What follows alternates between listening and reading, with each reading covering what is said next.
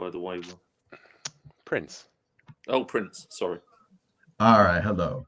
My name is Jason. I use he, him pronouns. We are here to play Alien World. This is session 3 of 5 of a scenario called Haunted Session or Haunted Station. This is a sci-fi survival horror story game. Let's meet the characters and the players. Just introduce yourself with your pronouns and your character with their pronouns. And just take a moment. Each of you has at least one of your identity cards showing. So just remind yourself and remind us of what those cards are and just a couple of the fun things that lets you do. So let me see. Our fourth player, Daniel, won't be here today. So I think in the first two sessions, I picked on Alan first and then Will. So I think it's Paul. It's your turn to go first. So Paul, tell us about yourself and your character. Hello, my name is Paul, he, him. And the character I'm playing here is the scientist, who then later revealed themselves to be a disgraced cybernetic surgeon, basically. Not really scared of entering a fight, as we saw last week, but has pretty much reached the top when it comes to stress, and has just leaped in to the other characters after having a small sojourn to another part of the station, and we'll see how that plays out. All right, thank you. Let's see, on my screen going clockwise, next up would be Will. Tell us about yourself and your character.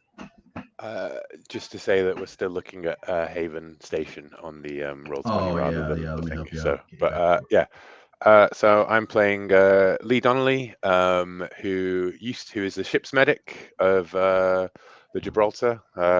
Rest in peace. And Lee actually was a patient here on Haven Station several years ago and signed on with the Gibraltar when they dropped off Captain Cream Wilson for his treatment.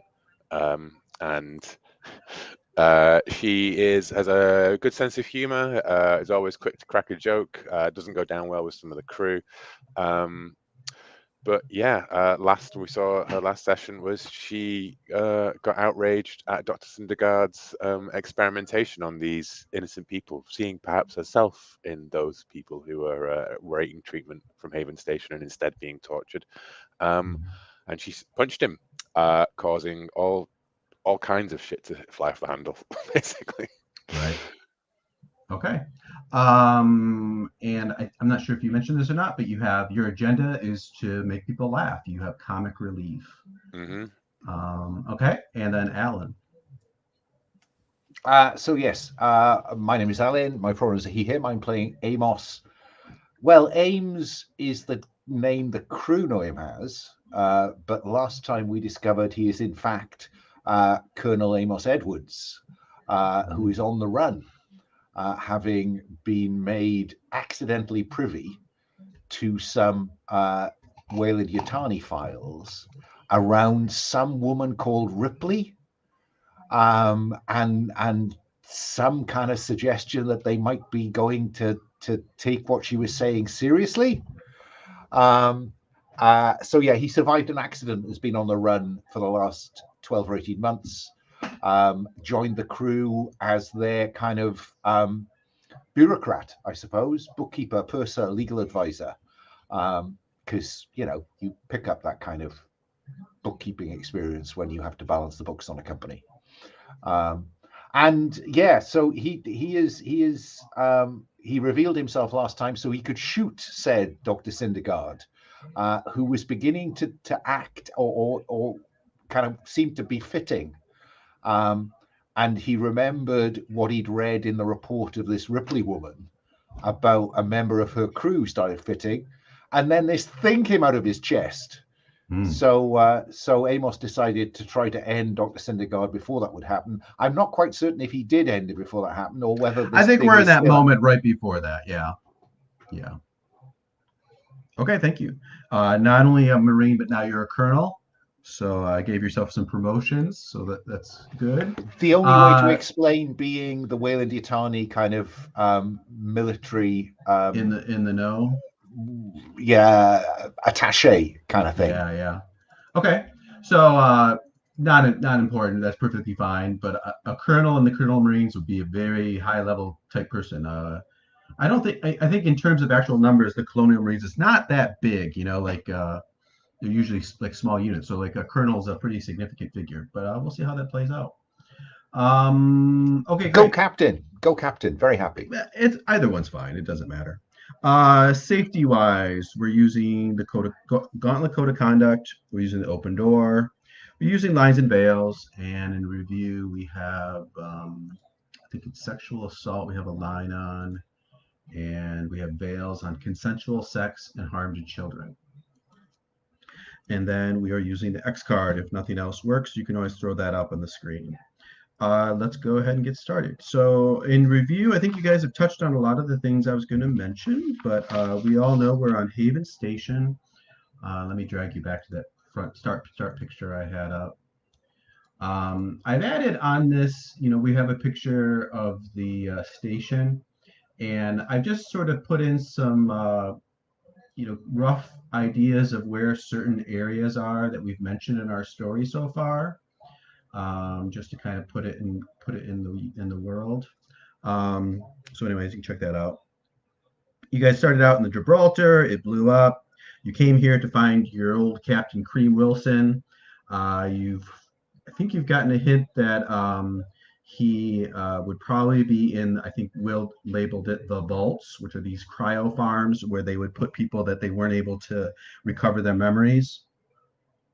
Anyways, you crash landed in a landing bay. Some working Joes showed up, escorted you towards Memory Recovery Bay 01. You ran into some abominations. There's a little bit of a shootout. There's a little bit of a running, a chase. Celestine got separated, ended up exploring a science bay where it looked like they were doing some sort of animal and human research. Got attacked by an alien creature, a worm creature, escaped, witnessed that a chest burster came out of that creature, crawled through some vents, and as we said, she's ready to jump into the memory recovery bay where the others interrogated this Dr. Syndergaard. Will's character ended up punching him, and he fell to the ground, started twitching. As Alan said, he suspected that there was a chest burster inside this individual and pulled out a shotgun.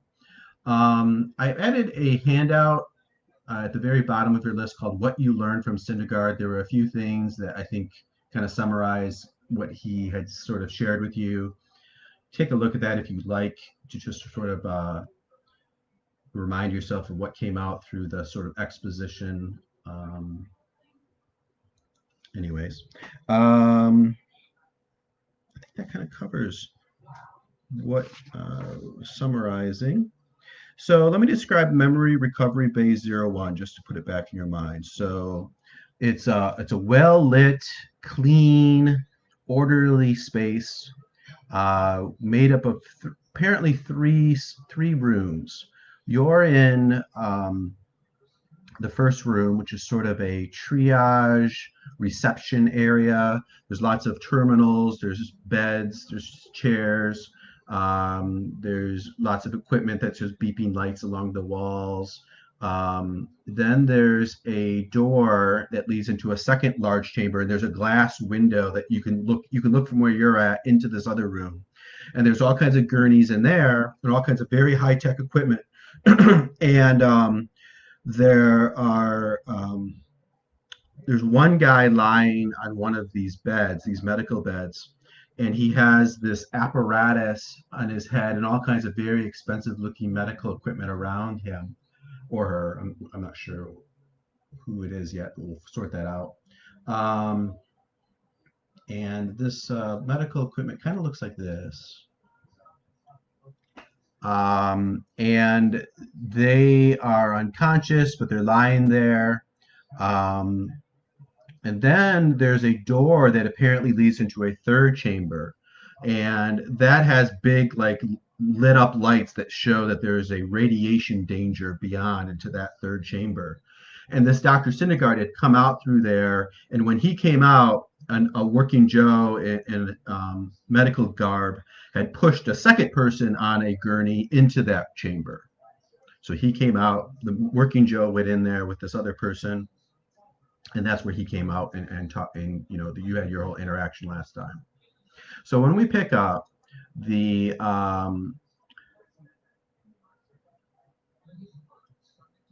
Amos has sort of taken up a position to block Syndergaard from getting into that second chamber, and pulled out the shotgun. So I see you're sort of there. Syndergaard is kind of thrashing on the ground, and Lee had punched Syndergaard, and a working Joe had grabbed her and thrown her. You'd bruised your ribs. You're lying on the ground. I think we described Khatri as sort of come over to sort of like try to help you. Yeah, I'm imagining it as me and Comtree are like staring at this this working Joe advancing on us, right? Exactly. And there was a medic Joe that I think Roy unloaded his pistol into. That's right. And Roy has stood up and was continuing to prayer, to have some sort of prayer going, and pulled out a pistol and started shooting this third Joe or second Joe. And should we say Celestine has jumped down as we begin, or you want to save that for a dramatic moment there, Paul? That's got to be the first moment, right? Like as Lee and Connolly, because I think the last line was like, "Oh, at least Celestine will have more shares there." The selfish bitch, or something like that. All right, and then we see Celestine then jump down. And I think Paul, you described your intention was to try to run over and help Lee, right? You were looking to do something medical. You're muted, Paul. Yeah, I'll jump down just in front of Lee. Position myself between really the average Joe and Lee, and I will attempt to heal Lee's wound. I think you're not going to attack the working Joe. No, because I will hand you a pistol, and you can attack the working Joe while I heal your wounds. I love the idea of the doctor's working on and over his shoulder. So I think in sort of like this in the moment thing, I think the most you can do in terms of medical care is probably just to inject her with like a painkiller, a strong painkiller, just so that she can breathe and function fairly normally, at least for a short period of time. So I think that's perfectly reasonable, but I think realistically, it's not going to be a long lasting cure, but we will do that. I do see you on your card. It says reduce your stress by 1 when you put yourself in danger to provide medical care. So I think, Paul, you certainly have accomplished that point. So go ahead and remove a point of stress. Everybody go ahead and make sure to go through and check their cards. There's all these little details like that, you definitely can play with to monkey with your stress and stuff. So nice of you to drop in, Lee. I mean, Celestine. Shut up and just kill that thing. Yeah. I would like to use Let a real doctor heal you. My comic relief. When I lighten the mood with jokes, banter, or acting the fool, I may reduce the stress of everyone present by 1 or completely clear the stress track of 1 person. What's Alan on stress-wise again? I think he's got like 3 or so. Alan's got 2. Okay. Then I will remove the stress of everyone by 1. Okay. Rather than clear all of Paul's. I'll go ahead and pull 1 off of Daniel's character. Daniel's character will be there as an NPC. We'll have plot armor, though. He's not going to die no matter what happens. Sure. But I'll go ahead and take his stress off. So was it 1 off everybody? Yeah, everybody go ahead and take off 1. All right, that puts you on the hit list. The next threat will go for Lee. All right. Wow. And I see this threat immediately approaching me, right? Yeah, well, that one doesn't count. Okay, fair enough. Yeah, that threat was already on. I know, it was already going for me anyways. I know. Yeah. No, it's fine. So I'll shoot the working Joe if Sure. Let's go ahead and do the medical aid roll for you. No, let's not. I think we'll just say it is what it is. You come down, you inject her with a painkiller, and jab it into her ribs, and she feels a sense of relief, is able to pull this pistol up and fire. Yeah, let's go ahead and go right into that then. So let's do a fight. So this is a peril move called fight. So when you fight, you gain 1 stress and draw. So go ahead and take a stress. And you get 1 card for nothing. Do you have any skills that would make you good at shooting this pistol? No, I don't think I do. No, it doesn't look like it. Nope. Do you have the perfect tool for the job? I mean, I have a gun. Yeah, you know as well as I do, though, a pistol is not great against a working Joe, is it? No, it's enough. I think It's enough to give you a chance, but I don't think it's the perfect tool. in fact, you know, as that pistol, as Celestine like sets down the big cattle prod thing that she's burst out of the vents with, and then hands me the pistol, I think I'm going to grab up the cattle prod instead. Okay, that's acceptable. Yeah. So maybe we see you take a couple shots. It hits it, you know, like the hydraulic fluid comes flying out of it, but it just like knocks back for like half a second, and then it keeps coming at you. You grab the cattle prod. It's leaning against the gun over the shoulder as Celestine like injects me with the stim, right? And then I just like, and then snatch up the cattle prod and leap past her, like high on adrenaline or whatever. Like, yeah. Okay. So that would be the perfect tool for the job, I think. Yeah, I think that would be perfect for that. Yeah. So you have to 1, 2, 3. Do you have anything that gives you significant advantage? No, I don't. No, I can't think of anything. And then finally, do you want to push yourself to get a 4th card? Yes, I do. Okay. So go ahead and take a stress. And when you are ready, go ahead and draw 4 resolution cards. Oop, I've drawn an NPC. I apologize. No problem. My roll 20 was a bit. Do you want to shuffle that back into the deck for me? Yeah, I'll go ahead and do that. Hi, Edward Rice, comm specialist. Yeah. There we go. Okay. There we go. Ooh, I see one. Miss, edge, miss, and miss. So you end up with I've only actually drawn 3 there. I haven't drawn. I see another one on the table. Go ahead and draw one more. Don't worry about it. We'll ignore the miss that was already on the table. All right. Another edge. So I will. What do I get on an edge again? It's, on an edge, you get to choose 2 from the list rather than 3. Cool. You exchange harm as established and then choose 2. Yeah, I suffer little harm. Okay. And I cause great harm. Okay. Okay. I mean, if you want a suggestion for collateral damage, I think that I'd probably like fry this working Joe like straight in the mouth, right? Like, you know, sending it like, but then its head sets on fire and it starts flailing around the room. You know, like a broken doll.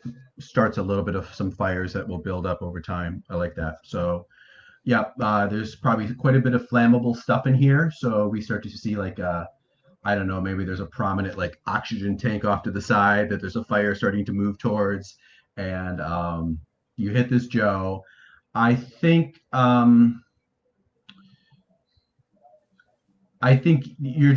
that's just gonna fry this Joe, and I think since you chose to take a little harm, I think we'll say it doesn't really hurt you at all then. So you're already kind of injured. So it flails around, it starts to spread this fire, lets out that squealing sound that an alien where that Ash makes when he's getting beat up by I always forget Yaphet Kotto's character's name.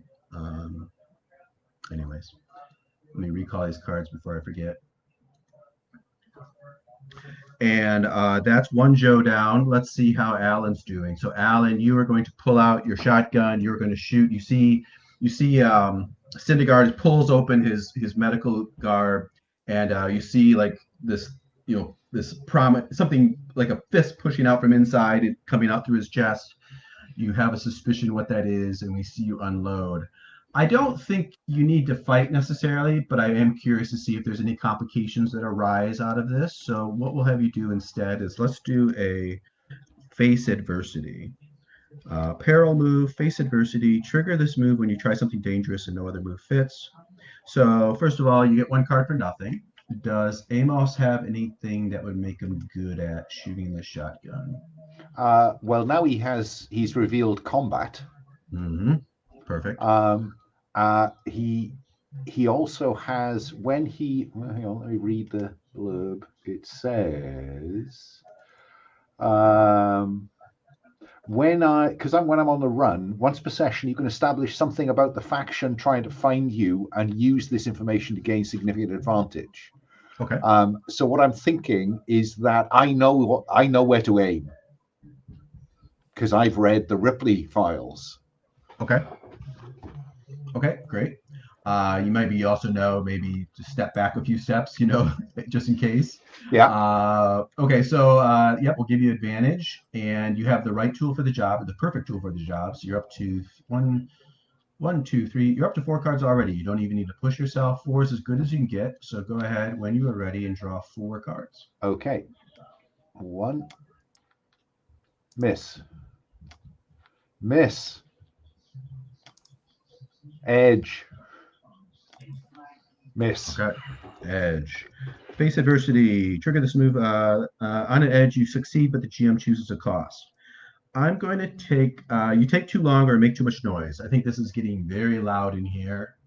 Something might take notice, so I'm going to give myself a couple threat cards. Let's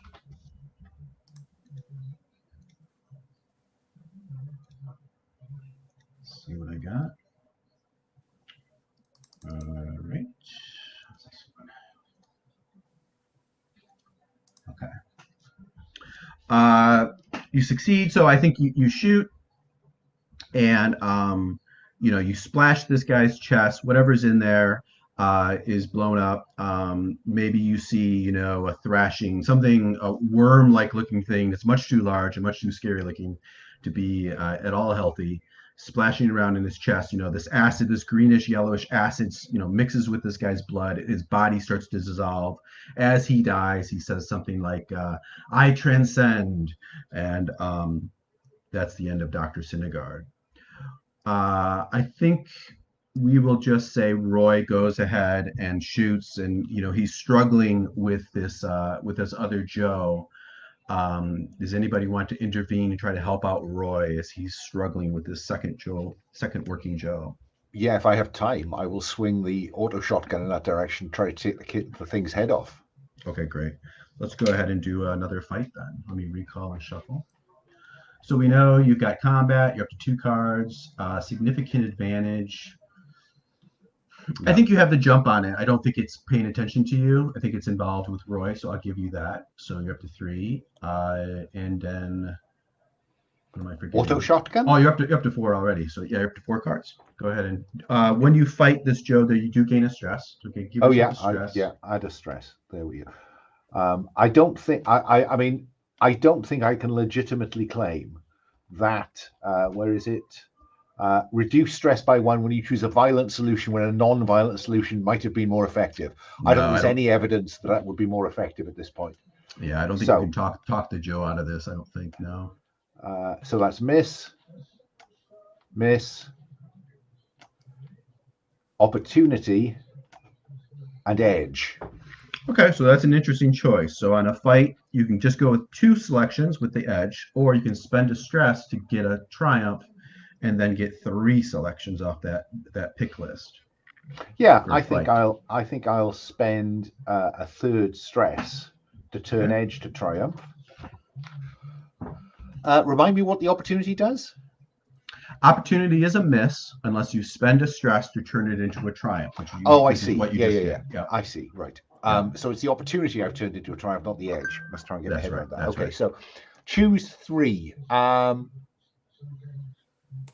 Is great harm enough to take it out? Yes. Then I will cause great harm. Okay. And the things that I don't choose automatically happen. That's right.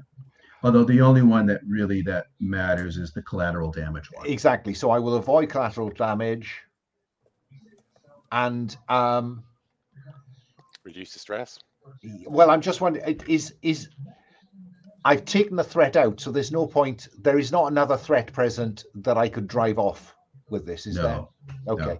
then I will cause little stress. I will suffer. Where's it gone? Reduce stress. So Okay. I'll lose the third one that I took. Sure. So I think you coolly turn, cock your shotgun, although it's an auto shotgun, I guess it does it automatically. And you blast this thing. It spins away from Roy, comes at you. It swipes at you, and it's going to cause, we'll say it. It's not going to hurt you badly. It pushes you away. You take another shot and you blow its head off, and it flops to the ground. Let's just give you another point of stress. We'll just give you a point of stress from the physical trauma of being hit by an incredibly strong working Joe. Okay. So it is now clear of antagonists, but there's fires spreading in this triage area. What's next? Is there a fire extinguisher? We did establish there is a fire extinguisher. That's right. Amos also has a fire axe. I guess you probably can add to your equipment if you get a moment, Alan. I remember you had added that to our scene, and we did say that there was a fire extinguisher. Sure. You want to grab a fire extinguisher? Yeah, I will grab the fire extinguisher and Start spraying. start putting out the fire. Okay. So we see that happen, and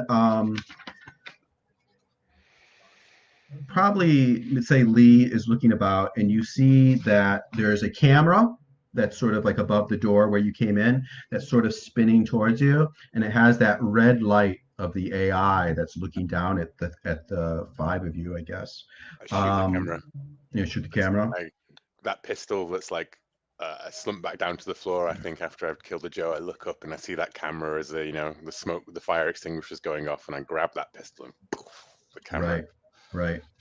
And you hit it, and it sparks, and then all the lights go off of all the equipment, and the doors that lead out into the rest of the station, they slide open, all the lights go out, all the power goes out throughout this whole area, and it's completely dark. I didn't do that. All right, that wasn't me. Kachi's like, whoa, what happened? What? Wow, that was intense. Oh, Katri, get the lights back on. See, they're all fucked. They think that they're whatever those things are. Is he saying that he said he transcended, right? Is he saying that that's what he thinks it was? What? We need to find somewhere secure. But what about these people? Then security first, debrief later. Lee. Okay.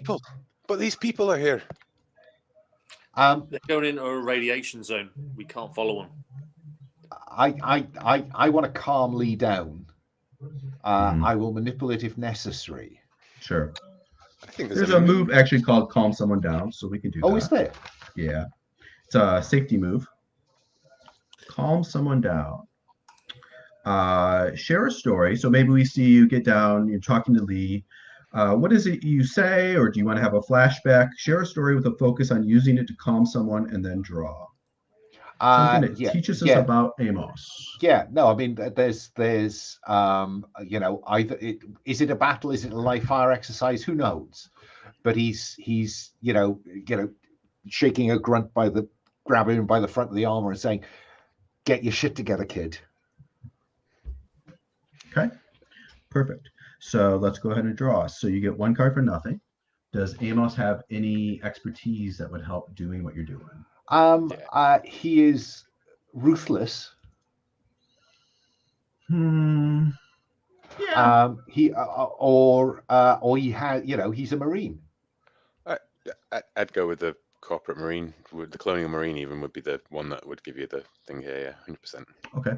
Yeah, I think Lee would respond to that kind of hard sort of hard knocks sort of a way of calming you.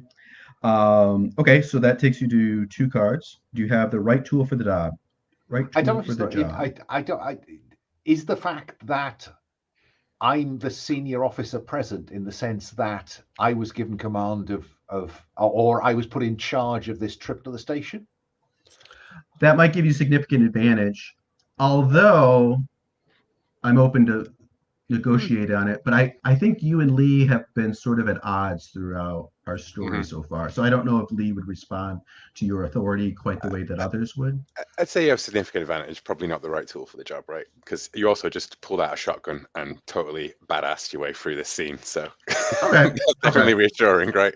Yeah. All right. So given recent events, yeah, sure, that works. So you're up to 3 cards, and then do you want to push yourself to get a 4th card? No. Okay. So when you are ready, go ahead and draw 3 cards. Miss.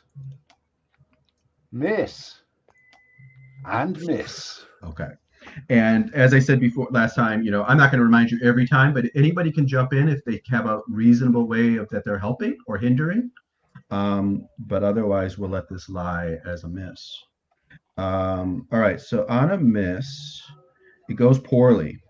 Either you or they gain a stress. Player's choice. Can I help in this role? Sure. So I'll spend a stress to help, which this all may seem counterproductive, right? But I think when we get to the end of it, it'll seem reasonable, right? So I will, because I drew a stress, and I get to draw 2 cards for 3 actually, 3. because the person you're helping, for each card that they have flipped over, which is 3 for Amos, you get to draw 3. Choose do you want to reshuffle? No, you don't. You don't reshuffle. You keep them on the table. Oh, this can only go better then. Yeah, exactly. Oh. or 3 more misses. There are 6 misses in the deck. Oh, okay, so you got an edge. And wow, that was all of the misses in the edge, basically. Yeah. Well, you got a partial hit. So a reminder: this is how this works. So what happens is the person helping chooses which card they want to replace one of the original person's cards with. So you're going to take your edge, replace one of Alan's misses, to end up with a partial hit. So we both reduce our stress by 1. And on an edge, I also choose 1. So first, so actually you're both going to basically choose from the pick list. So first, Alan will you get the choice of either looking at one of face down cards, which you don't, so you skip that one. You can ask them a question they must answer honest. That's the only one that's available for you, because the third one's just for NPCs. Yeah, they may ask me a question. Right. You each are going to be able to ask each other a intimate question that you have to answer honestly. So Lee, what do you want to know? So what Lee wants to know is, will we come back for these people? Yes. Okay. And there we go. What do you want to know?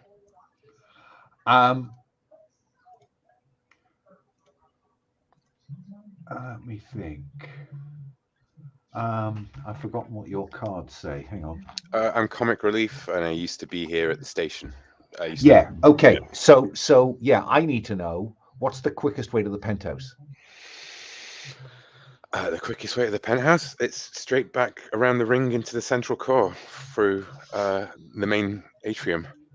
Okay, that's what we need to do. We need to kind of get this Stelline woman has lost it. We need to get to her and get control of this place. And so we each reduce the stress by 1, and I also reduce the stress when someone tells me to shut the hell up. So I did get 2 stress removed from that. So it wasn't completely. Impressive piece of mechanical juggling. Well done. Exactly. You guys are rocking the stress management aspects of the game. Great. He might have a key card, I guess. Like you're right. We gotta get. There may be more of those. Joe's coming. There might be more of those things. We gotta get out of here. But Syndergaard, maybe he's got a key card or something. So I think Patrick's gesture with the shotgun at the acid that is just dissolving his chest. Not reached his trouser pockets yet, is all I'm saying. Do you want to rifle his pockets, Lee? Does Celestine want to do anything? I don't want to. Yeah. The person with all the things on their head. They're in this room, aren't they? They're in the next room over, but yeah, you can see that there's some minimal lighting over there. Actually, you do see there's a terminal over there that looks like it's booted up. There's one terminal that's booted up over by that person. It's in the next room, but you can go through a door and get in there. Yeah, let's go in there. Quick scan of the terminal. What's it talking about? You see, it just has a simple DOS screen that's up. You see that it has the what we've been calling the Windows operating system. We established, I think, that there's two operating systems that are sort of at war with each other in the system, and this seems to be that second system that we described as sort of like having a ramshackle software that supports it. So it just has that, seems to be have booted up. And it has, like I said, a DOS sort of chat screen that you see in Alien when they go and they talk to Mother, and you just, you hit the buttons, they make a really loud noise, and you can talk directly to Mother. And it says on the screen, it says hello. Okay, I'm going to interrogate this computer for information on the subject on the couch. Okay. Let's actually, let me draw an NPC card. Let's see who this person is. It is someone named Blaine, a security officer. I'll put him up here by where Falade is up at the top. So it's a big, rugged-looking man that's lying on the table, and like I said, he has this sort of all these electrodes and stuff, attached to his head. He's got all kinds of very sophisticated-looking medical equipment around him, including this terminal.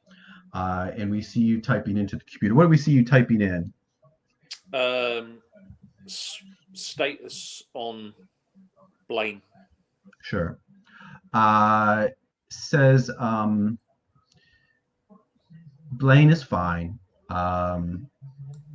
He will survive. If he can get out of here. Diagnosis, as in, why is he under? It says Haven and its minions are uploading his memory, and appears to be nearly complete. It has a very conversational sort of style in responding to you. Okay. Let's start removing these electrodes from him. Okay. Let's pause there. You guys see, after putting out the fires, Celestine has gone in and is sort of typing away the computer and starting to pull electrodes off. Do you guys do what are the other folks doing? I will take up a position at the door onto the corridor to check for oncoming threats. Lee has a flashlight, doesn't she? Mm-hmm. I think we all. Because we are in the dark here, aren't we? Yeah, I think we all probably have flashlights. We're all spacers, Sure. probably like a little pen light or something. Amos probably has like a flashlight you can like stick into a receptacle at the end of your shotgun or something, right? Picatinny rail. That's what they attach to. Okay.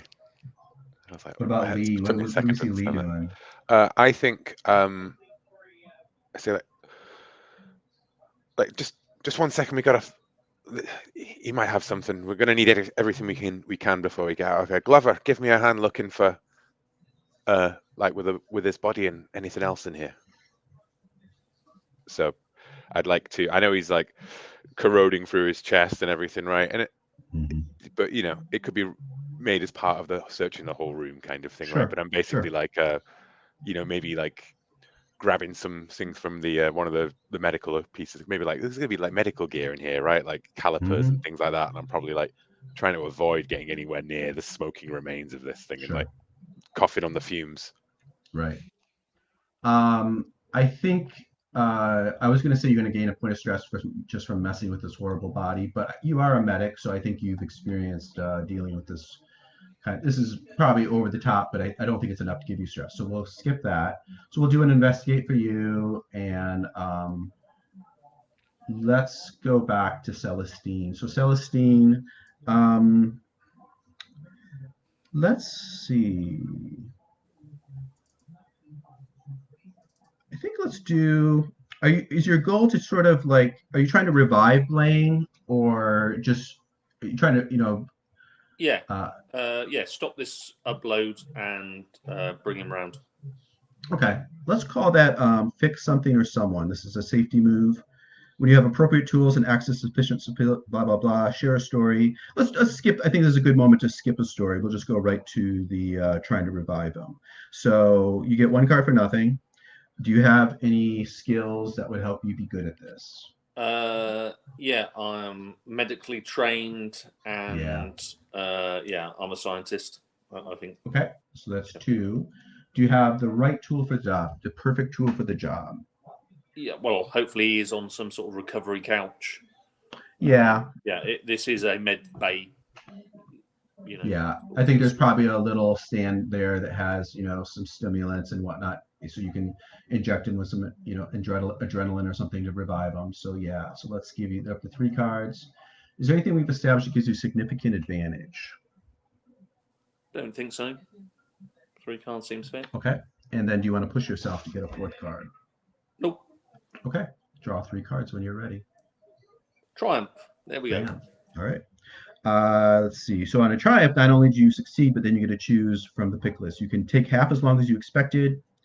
It or they feel better. Carry forward a use of significant advantage when using the blah, blah, blah. Or doing good work feels good. You remove a stress. So it's one of those, is it? Yes. Well, let's remove a point of stress. Okay. Yep. All right. So he revives. Yeah, he sort of he kind of like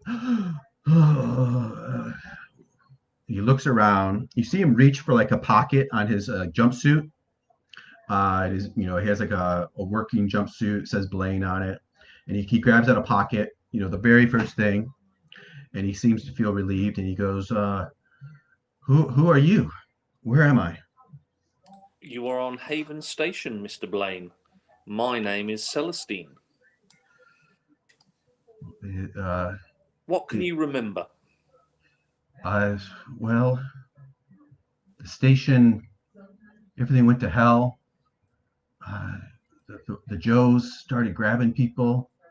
I think they grabbed me. There were some sort of monsters or creatures running around. Yes, we believe that somebody was trying to destroy your body and upload your thoughts into a computer. Well, that's fucked up. Very much so. I believe it's your old employer. Yeah. What's the plan? We're going to get out of here. I think we should visit great violence upon them. Are you with us, being a security man? Right. He's a very big, burly individual. He goes, fuck yeah. You got any guns? Yes, and I will hand him my pistol. Well, I think you already gave your pistol to Lee. But, well, the pistol's on the floor. Okay, Celestine sure. could have picked it up and walked out. It's sure. Yeah. Yes. He takes it. Recover my hoard of weapons. Yeah. He checks it out, looks it over. He goes, what's our first stop? Let me first introduce my colleagues, and then we will decide where we are going to go next. Okay. And I will bring him back to the other room, introduce him as Blaine to Amos and Lee and all the others. He goes, that's a nice shotgun. Did you get that here? And I just look at him, and I want to investigate. See, I want to just give him a look. Sure. I want to know more about this man. Who the fuck are you? Does Amos spin around with a shotgun as Celestine walks out and quickly points it at the unknown, right, and then lowers it, kind of thing. You really want to see if he's got any colonial marine tattoos or something like that, don't you, Amos? You're trying to gain his past service. I'm trying to work out why he's useful at this point. Okay. And is he just going to be another risk? Sure. Let's put that on hold. Let's check in with what Lee's been up to. So, Lee, you've been checking out this triage center. This sounds like investigate. When you have appropriate fictional position, you may search for information, share a story. So as what was it, you and Glover or you and Katri? I forgot. Me and Glover. You Katri, and Glover were looking around. Yeah. So I think the thing is that I'm directing Glover. I'm like, check over there. There's a panel because I've served in similar med bays on this very station before. So there's some level of consistency to it. So I got medic. Sure. I got draw one. Oh, sorry, I should not draw. Well, let's back up. I think this is a good time. I would like to see a story. Yeah. So what is it we see you talking about, or what's a flashback again that teaches us more about you? I think it's this story. The story is taking place right here in the scene as she tells Glover about these compartments, and she lists off, the various sections. There should be painkillers over there, and like there should be more tools over there. Maybe there's like wiring underneath the thing. Like she knows this room like the back of her hand. So it's the story is about how she's a very competent medic as well as wisecracking all the time. Okay, great. Describe what you're hoping to find or discover. What would be the perfect thing to find? The perfect thing to find would be something of Dr. Syndergaard's that like a key card or an ID chip or whatever, right? Like something that a cult member of his standing might have that would be useful on the rest of the station, that I don't know about, because obviously I don't know what that might be, right? But, sure. And anything less than that would be general shit from the medical place or whatever's here. There's a smart gun right tucked away behind there, kind of thing. Okay. Describe how you put yourself into danger like an idiot. Well, I'm poking around on a acid burning corpse as well. Right. Sure. Could easily be something like attached to it, like as I pick it up and a bit splashes on me. Okay, now we're ready. So you get one card for nothing. You get one card. I think medic, or take your pick. Having served here before, any of that would fit here. Yeah, I think medic. Expertise. Yeah. Do you have the perfect tool for the job? Is there any piece of equipment that we see you using that would be perfect for this? I think the medical equipment from the room is as perfect a tool for the job as you would get for. We'll call that advantage. Okay. Okay. So that gives you 3, and then do you want to push yourself? No, I'll just go for the 3. And recall. Oops. Yeah. Had you started to draw? Yeah, well, I did that, but while we were still building a good deck, so don't worry. I'll just redraw. Go ahead and start over. A miss, an edge, an edge. So an edge. Okay. On a hit, in addition to finding what you're looking for, you find something that moves the plot forward. Yeah. So I think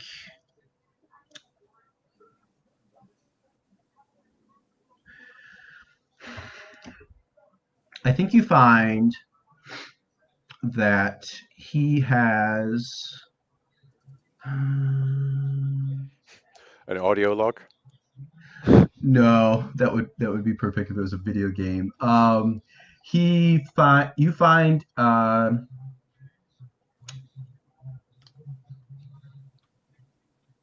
what would he have that would help you here?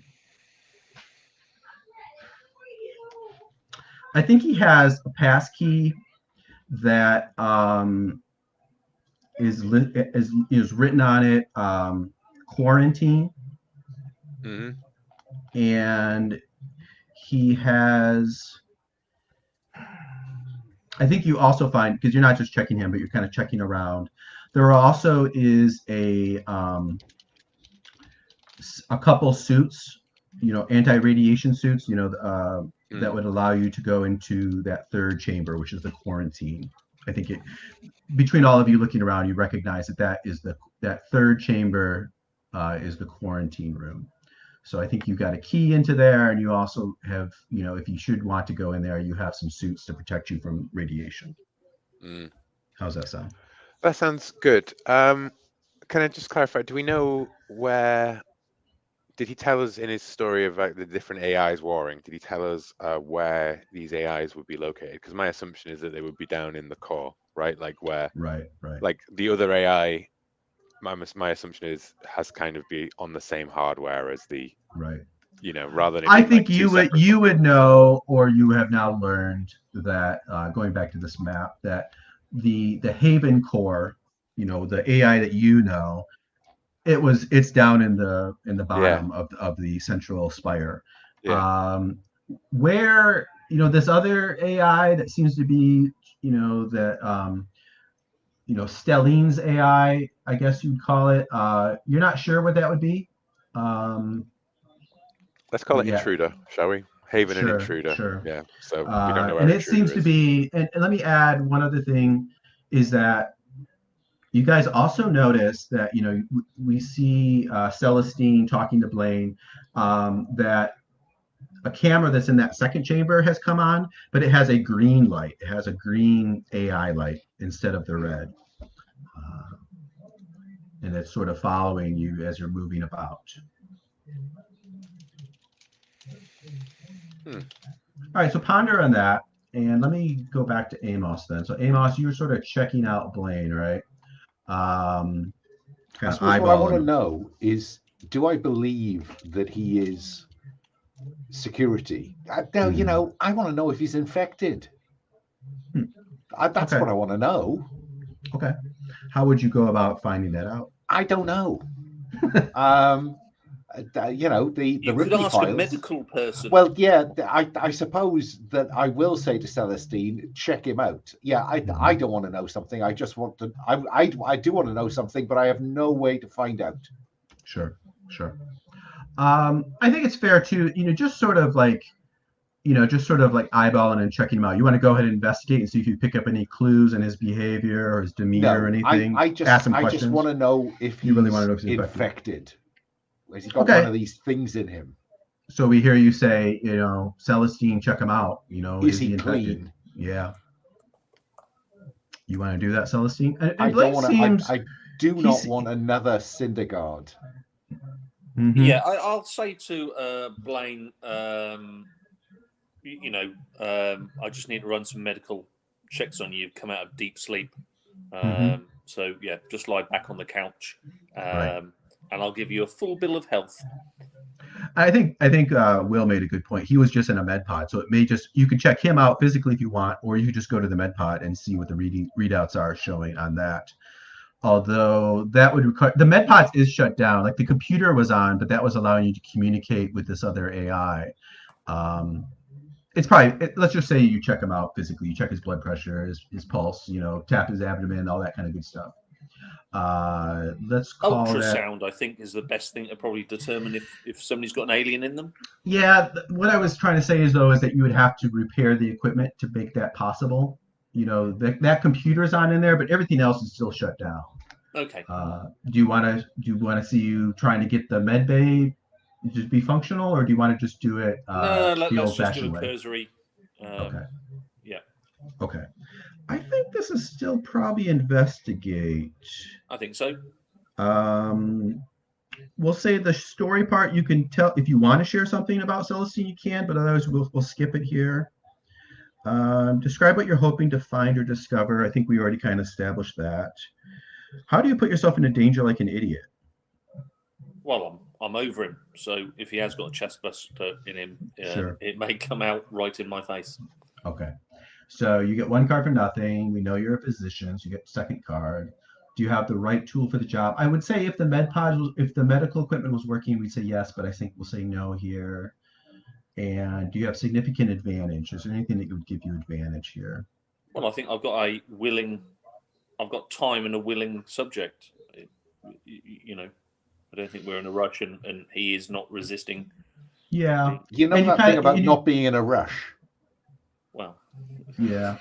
I will say what it takes, Amos. From your experience and also from what Amos is telling you, I think you also kind of know what you're looking for. So we'll say yes. So you're up to 3. Yeah, you want to push yourself for a 4. I've seen more of the aliens than because I did see a chest buster come out that other thing. That worm, yep. Do you want to push yourself for the 4th card? No, 3's fine. Do it. I think you need to reshuffle. You are right. Hold on. Okay. Recall and shuffle. Okay, go ahead.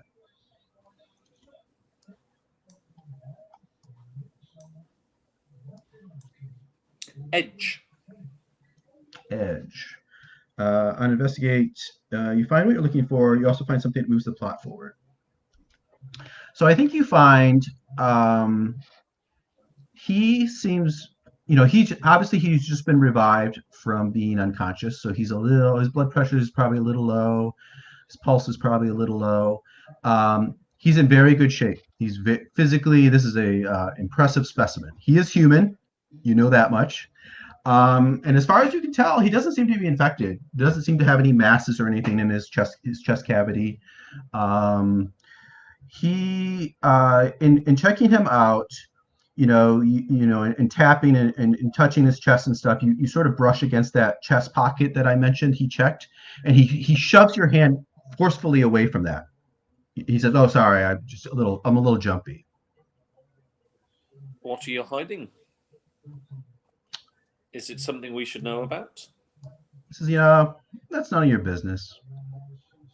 If it has a medical effect on you, it may be our business.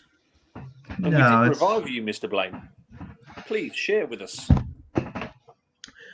want to manipulate? He's gonna he doesn't want to tell you. So if you want to learn more, you have to push a. Yeah, I think that we have to draw some cards. Okay. All right. Let's actually, I see the clock. Let's go ahead and take a break, and we'll come back and we'll see how that works out. So let's go ahead and take 10.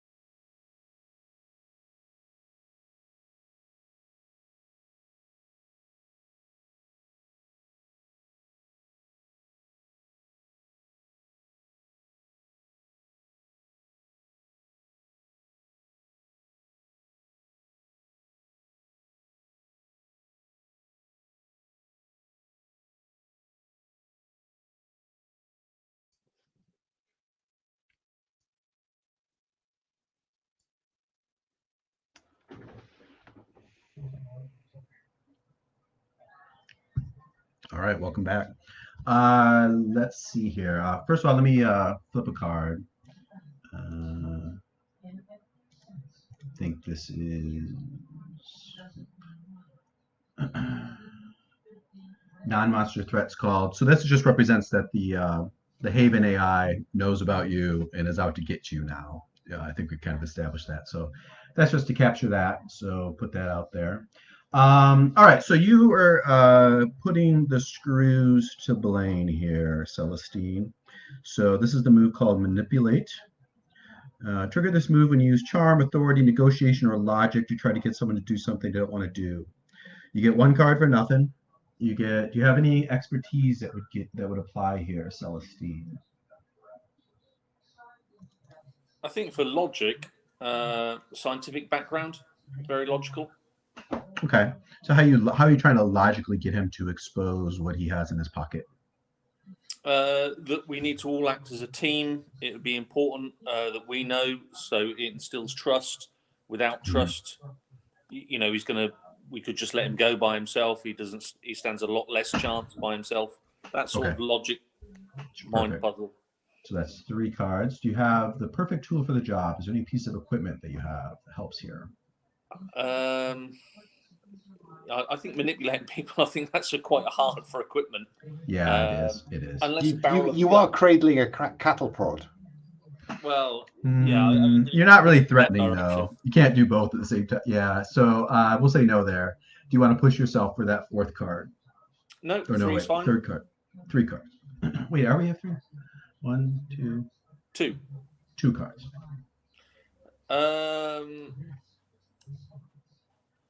I would say that despite it not being a threat, you still have significant advantage in the sense of everything has gone to shit, and we're his only way out of here as well, right? Like, I'd say that's significant advantage in any conversation of this kind. Yeah, I think that's true. So go ahead and get 3 cards. 3. Here we go. Are they being shuffled? Yes. Excellent. Edge. Miss. Edge. Edge it is. Edge it is. On a hit, they must go along or choose to gain stress. On an edge, you must promise to do something for them in return. He goes, Celestine, I don't know what you do, what your job is, but I imagine, like most of us, you want to be rich. I mean, like filthy rich. I mean, like living on a place of your choosing for the rest of your life and without any fears or concerns, that kind of rich. Is that appealing to you? Material riches in themselves actually do not motivate me, Mr. Blaine. Funds to carry out further research, though, are interesting. Yeah. You never have to write a grant or proposal again for your life. You just can go to the bank and get as much money as you need to do whatever kind of researchy thing you want to do, right? What about you, cowboy? You want to be rich, and he looks to you, Amos. You want to be rich, granddad? Keep talking. Yeah. And what about you, Lee? Mate, I just want to be fucking alive. Okay. So he says, let's work together. We'll get off the station. We'll stay alive, and we'll leave here richer than we could ever have imagined. No. How are you going to make us rich? And he reaches into the pocket and he pulls out, and it's like in a plastic case. There's a fob, like a data fob.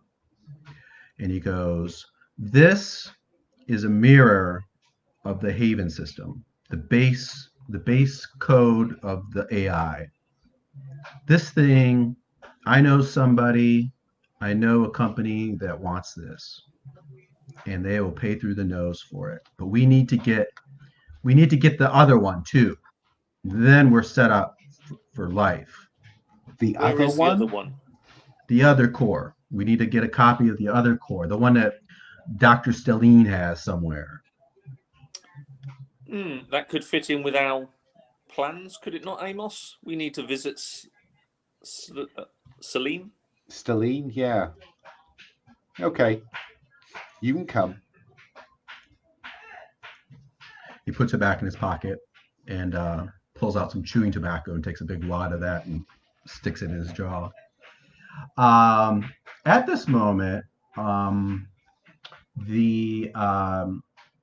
you hear, like I said, the doors that go out into the station had been opened up and it's dark out there.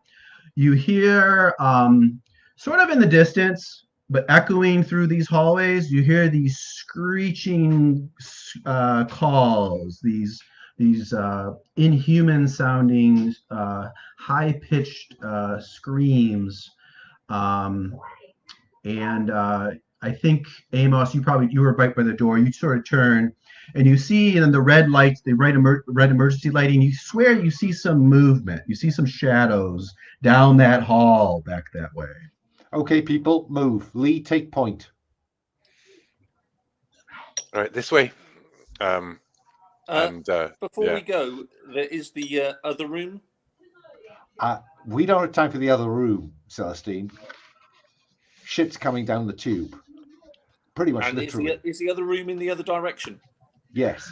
The quarantine. Yeah, you're going out. Like there's a triage room, and then there's that second room where you found Blaine, and then there's a third room off of that second room. So yeah, you would have to kind of go back that way. You can either go out in the hallways, or you can go back that way. Does Lee know of is that going to be a dead end, or is there further routes off that? Do you know, Lee? The quarantine room. I think my base assumption would be the quarantine room is one way in and one way out. Because it's the quarantine room. I will say, because that's a good point, that you do know about this, and you did have this diagram of ductwork. Well, we've got the ductwork in this room, I guess, to go through. Yeah, there are ducts in here. You already know that Celestine jumped down through one of them. So there's that.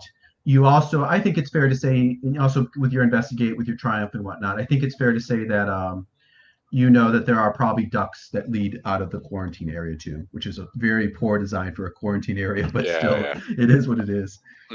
That would allow us to avoid what's in the corridor, Amos. I don't think we've got enough radiation suits for all of us. We'll say for convenience that yes, there are indeed enough radiation suits for everyone. So hang on. You want us to climb into clumsy radiation suits, get into some ducting in the dark? Or we face what's in the corridor. Or we run like fuck away from the thing in the corridor to where we need to get. Very well. Bring up the rear then, Amos. I am prepared to bring up the rear. Okay. So is the decision then you're going to go out into the hallways? Lee taking point. She knows where we're going. Yeah, with... Oh. He's done it again. Again. Cut himself off. Yeah, I did it again. trying to wipe some dust off of my mouse pad and hit the button like an idiot. Okay, so you're gonna go. Lee was taking the point. Amos is gonna bring up the rear. Blaine. With Blaine next to me, because you and Blaine, sure. Well, Blaine. He's also someone very familiar with the station, right? Exactly. So. He says, "Yeah, we're heading for Stelline's place. The elevators that should take us right up to her penthouse. Is that the plan?" Yeah. But looking at the station map. Yeah. What's that? Does that? If they're powered, but looking at the station map, it looks like going down the, that main corridor would take us past the cryo farms as well. That's true. The vaults. And I would like to actually lead us in that direction. Like, okay. If there's a way to bypass it and a way that takes us past it, and one of them's not obviously filled with, I'm not going to run through monsters just to do it, but otherwise I'd like to go that way and use my card that lets me lower a stress by visiting somewhere for sentimental reasons. Okay. Yeah. So I think we'll say, again, for convenience purposes, we'll say that there are several routes to get to the elevators that go to Stelline's penthouse. but you choose the one, or you divert people to go the way that just happens to go past the vaults, right? So yeah, go ahead and reduce your stress because you're choosing to do this. I'll take that into account. If danger should happen, maybe I'll make it a little bit more dangerous just because you're taking a little bit of a detour. But yeah, that sounds reasonable. Let me flip another card though, as Amos is, coming out, bringing up the rear, leaving the this med bay or this memory bay, not dead yet. A threat you thought you killed or evaded is back for more. So I think as you're walking out, one of these walking Joes reaches out and grabs you and says, let me help you. And it starts to try to pull you back, and it's reaching up, try to get at your throat with one of its other hands. What are you going to do, Amos? I think this is where a fire axe would be the perfect tool to sever that limb. Perfect. Let's go ahead and do that. We'll call this a fight. So gain a stress. When you fight, you gain 1 stress and draw. So you've got 1 card, you've got another card for combat, you've got another card for the axe. You're up to 3. Significant advantage. I think this Joe is in pretty bad shape, so we'll give you a card for that, just because it's not really functioning at 100%. So you're up to 4 cards already. It can't go wrong. Okay, here we go. Miss. Miss. Miss. Edge. Edge. Okay. Let's see. On a hit, exchange harm is established, and you choose 2. I will keep cool and reduce stress by 1. Okay. And I will. Do I need to cause great harm to sever this limb? No. Do I need to drive the threat off, or I will choose to suffer little harm? Yeah, that's probably a good idea. So I think we see you reach down, you sever, you chop this arm off, leaving it there, and it's you turn and go, and it's like, don't run. Running causes accidents, and you leave it in a pool of white hydraulic fluid on the ground. Okay, so you got past that, no problem. We move into the hallway, the dark hallway. We're going to do the move called walking and talking. This is a location move. Let's go ahead and go there. Location move, walking and talking. When you move through a potentially dangerous area for the first time, the GM provides a rough description of the journey, and then the PCs complete the following steps. So I think what we see, kind of already laid out, is this dark hallway. Let me ask Paul. Paul, what kind of area do we see you moving through? Before you getting here, you move through a residential kind of area. What kind of area do we see you moving through as you're making your way to these elevators that go to Stelling's penthouse? I think like a mechanical, an industrial area. So a lot of pipe work, that sort of stuff. Sure. There's no sort of coverings on anything. It's fully exposed. Right. Industrial equipment. Yeah, I think a lot of wide hallways, a lot of large chambers to each side. You move through an industrial area, maybe on like a catwalk, and there's all kinds of conveyor belts and machinery. And you see that a lot of this looks like it's under construction, that there was apparently there was a lot of work still being done. But you can see in the dim lights of your flashlights and the red emergency lighting that it seems to have been a synthetic production facility. They were creating synthetics here. Not the working Joes, but sort of like these more sophisticated looking synthetics that have they have blank features though. So their heads don't have any features. They look unfinished. I'm going to surmise that they were going to transfer people's consciousness, should we say, into these things, and then clearly mold a face that was similar to the person's before. And I will explain that that's my hypothesis as a scientist. Mm-hmm. What their plans were. Right. Does Blake? Does he know anything about this? Blaine goes. He says. Yeah, I'd never been in there. They had it all shut down, back before everything went to shit. But yeah, they some sort of stage 4 they called it. Very well. Makes sense. Mm-hmm. Will, would you like to add another feature to our journey? Anything that would be genre appropriate or interesting or would be useful for Lee? Well, I think this would probably be where I'm pulling us towards the cryolabs, and I think maybe we pass this stage 4 area, which wasn't there when I was on the station. I think it's more recent, and we get to kind of imagining like two ways to go on like the and one way has got like the cryo labs and the other way is probably back further down into the core kind of stuff, and as we go there I go like stop and just nod down there and I'll go, well, that's where Captain Wilson will be. Why are we slowing down at the front there? Well, that's where Wilson. the captain's is, down there. He's not captain of anything anymore. Let's keep moving. There's still stuff up behind us. Yeah, all right.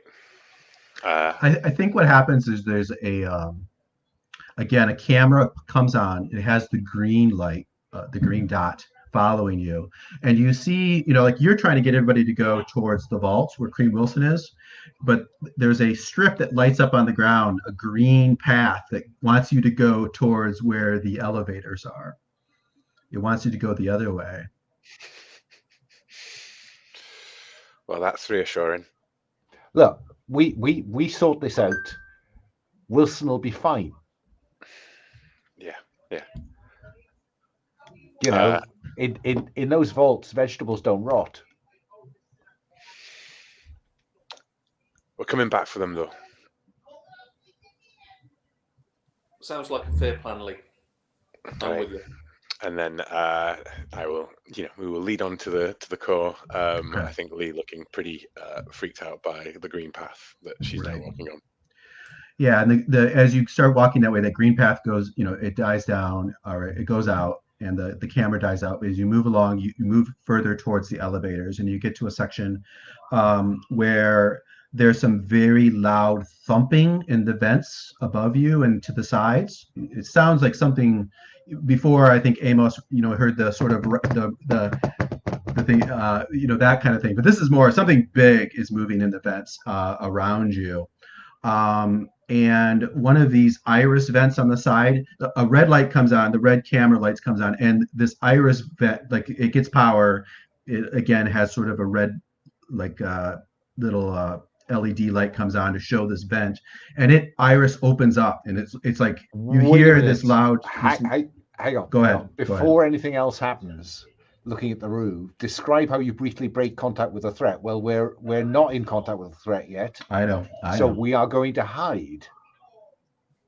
Well, let me tell you this. That's mostly just for flavor, because that red light goes out, and the green light comes on in the camera, and that vent closes, and then the green light goes out. Okay, so that's just to add a little bit more flavor to the journey. This is the two AIs fighting each other. Yeah, the two AIs fighting each other. Okay, the next part of this is someone tells a story. What do we hear? Let's see. I want to know more about Celestine. What do we hear you telling the others, or what kind of flashback do we see that tells us more about Celestine? I think this flashes back to a previous ship Celestine was on. That basically lost power and was adrift, and we've lost access to sleep pods. So basically, over time, food and resources got less and less, and this is where you see Celestine altering the crew. They'd go asleep, and then yes, I'd change them so they no longer needed food, air, as they become more and more machine-like. Okay. then we resolve this. So which of you would probably be least capable of doing this journey well? I think we mentioned that Lee's bruised ribs, that it was only a temporary fix with the painkiller. So I think that painkiller's wearing off. Mhm. So I think, Lee, you're going to be the one that's going to be kind of lagging behind, perhaps. Well, I am leading the way, so I'm also the one who's Lead to the going to. front, so Okay. Yeah, but that just means I'm the first person to walk into anything that goes wrong. Maybe right? we see you, like having to pause and breathe heavily, holding your ribs, and maybe I could get distracted at just the wrong moment as I go around a corner, right? exactly Like pause distracted by pain. Yeah. All right, so you got one card for nothing. You get. Do you have any expertise that would help you in this journey? Yeah, I used to work here. Yeah, that's true. That's 2. Do you have the right tool for the job? Is there any piece of equipment that would be especially effective here? I guess just no. There's no piece of equipment that would be especially effective here. What, the flashlight? No, flashlight's just sort of the minimal what you need here. If I had a motion sensor, maybe. Yeah, that's true. That's true. Do you have anything that would give you significant advantage? Yeah, I got Blaine with me, as well as a whole crew of people backing me up. That's true. That's true. So that's 3, I think. Now. That's 3. I think Blaine, he seems fairly amiable. Obviously, he has his own agenda, but he seems pretty amiable. He's willing to sort of like give you a hand and try to help you along when you're stumbling or struggling. Yeah, more as in the sense of like another person who knows the corners to look for. Sure, Everybody else is coming into these areas for the first time, right? He's been here before. So I will draw 3 cards. Then do you want to push yourself to get 4? Sure. I've got no stress. I may as well push myself, right? 4 cards. Those and corners. That's an opportunity, a miss, an edge, and a miss. What's the edge result on a on this? So on an edge, you're spotted by anyone or thing present when you reach your destination, but on a triumph, you can arrive unnoticed and have a significant advantage in the bank. I'll spend the stress to have a triumph. Okay. So you have significant advantage as we enter our next location. I'm pretty sure this is true, but let me make sure I understand. You guys did not go to the vaults. You went to the elevator, right? Mm-hmm. Okay. All right. So we enter a new location. That's the next move called a new location. When you arrive at a potentially dangerous destination, GM provides a rough description, and then we can add some detail. So I think you arrive at the passageway. You move out of that industrial area into like a like a foyer in front of these large. Well, let me start there. So you enter a foyer, and it's very well accoutramented. There's lovely Greek replica statues. There's paintings of we'll say like a nebula or something, a really large, impressive painting.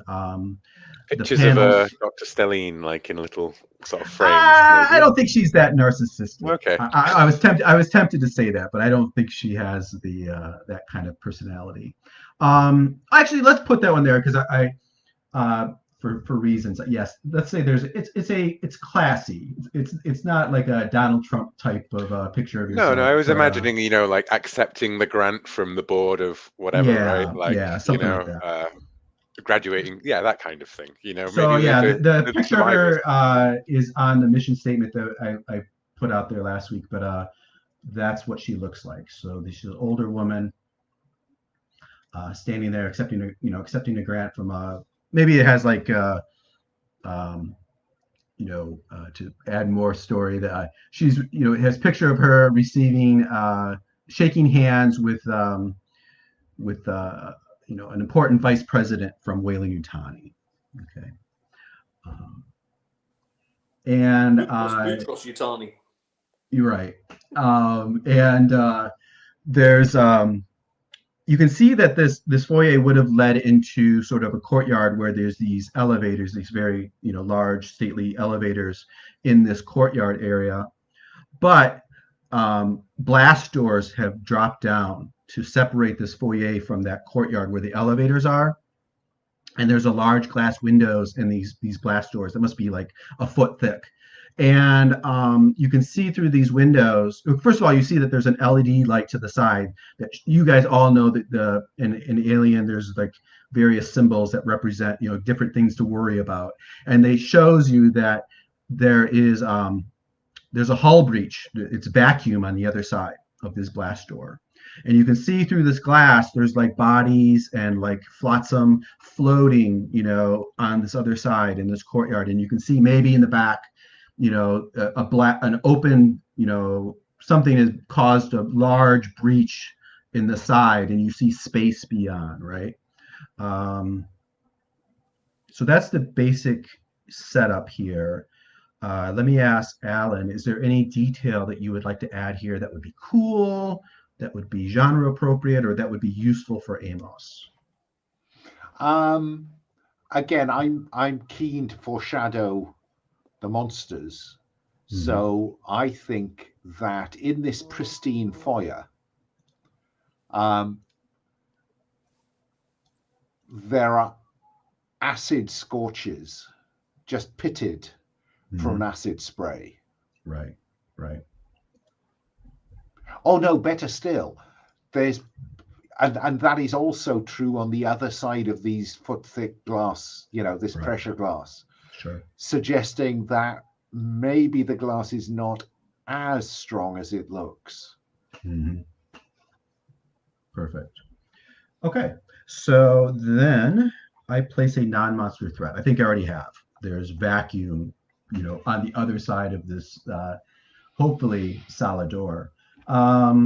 And then I give myself some more threat. Fuck.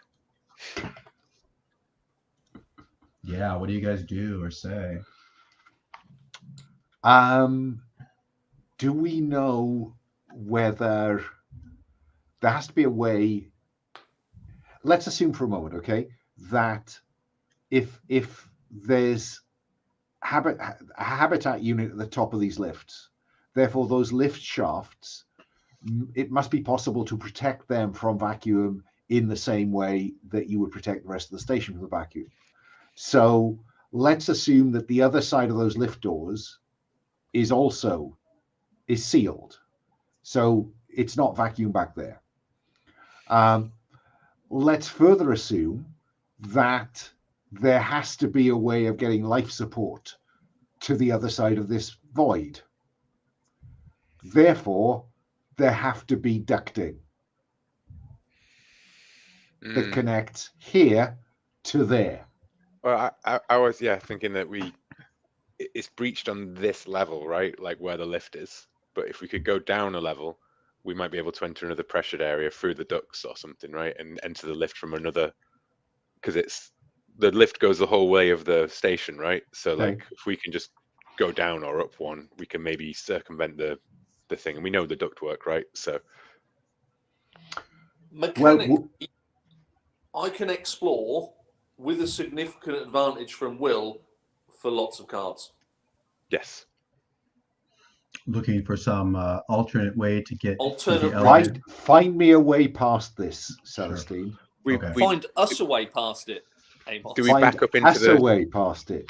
We back up into the corridor and like find a grate or something that we lift up, and Celestine is the one who leans in first, kind of. Of course. All right, that sounds perfect. So let's do an investigate. When you have appropriate fictional positioning, blah, blah, blah. Share a story. I think you just did a story, Celestine. We'll skip that for this one. Describe what you're hoping to find or discover. I think we already know. And then how do you put yourself into danger like an idiot? I think Will was sort of leading into that. Does that sound okay? On a hit, let's just go to the cards. So you get one card for nothing. You get one card for exploration. Do you have the right tool for the job? I can't think of anything, but let me know if you can think of something. Nope. Significant advantage. Does Will want to play the significant advantage? Yeah, you earn that, yeah. So you're up to 3, and then do you want to push yourself for the 4th? Reminds me on what a triumph does. A triumph would give you you would find something especially useful in addition to getting what you're looking for. You'd find something especially useful You'd find something in advanced or good supply, or you'd be able to have a follow-up question. Yeah, let's. You want to hunt for a triumph? Yeah. Go So ahead and take a 4. stress then. 4 Yep. cards when you're ready. Okay, drawing. Edge. That's a good start. Miss. Miss. Miss. Hey, start with an edge. All right. So on a hit, in addition to finding what you're looking for, you find out something that moves the plot forward.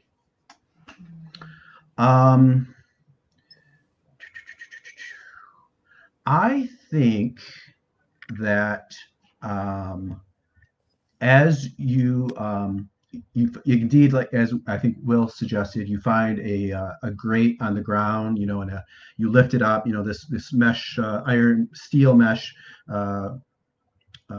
flooring. You lift it up and you see that there's a crawl space under there, and you see that there's no electronics or lighting or anything down in there at all. It's completely dark, which is both good and bad. Bad in that it's dark, but good in that the sense that there's no cameras. There's, you know, you're free from you're out of view of this AI that's clearly been, 2 AIs have been tracking your progress as you've been making your way through these hallways, right?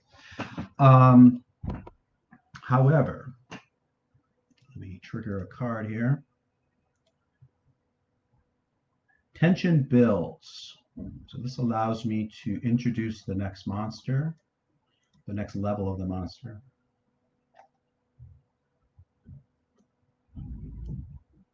Which is this. Perfect organism. PC's witness an adult showing off its magnificence. We'll do that in a second. And let me play this card.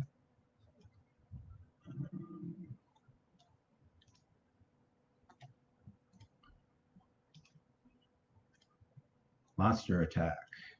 Let me make sure there's not one more yet. No, I think that covers it. Let me read one thing.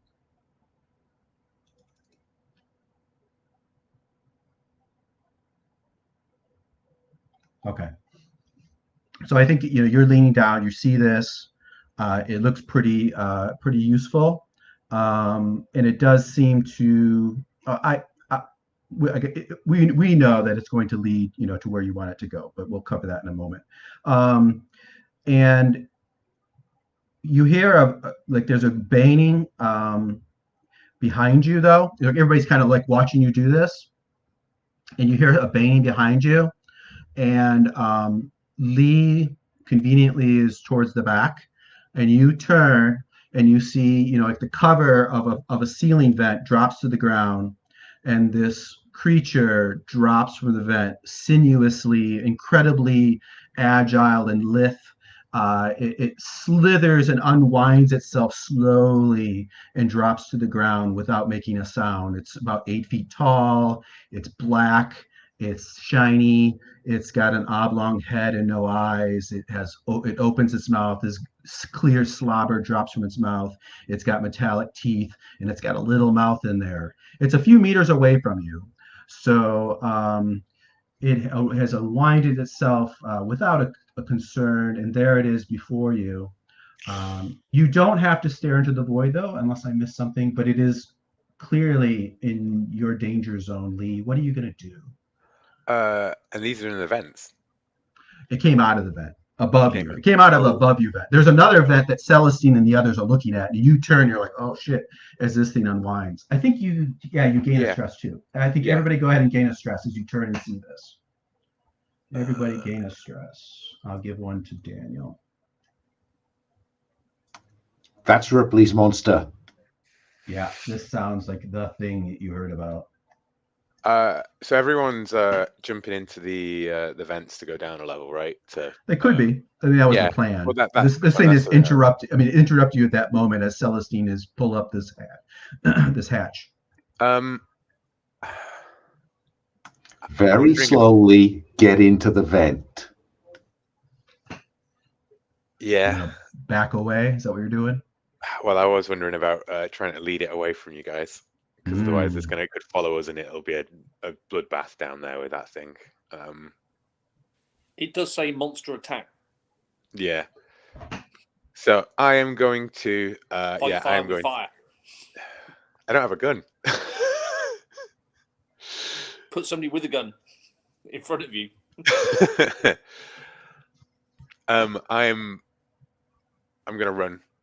You're gonna run for it? Okay. Yeah, but I think it's gonna be like I'm gonna yell at run, and I'm gonna like try and go in a direction that leads the alien like away, distracts the alien. Okay, so you're like waving your arms, say, "Hey, follow me! Here I am." Yeah, I bang like some metal on the wall, right? I go, "Hey, run!" and then leg it down a corridor.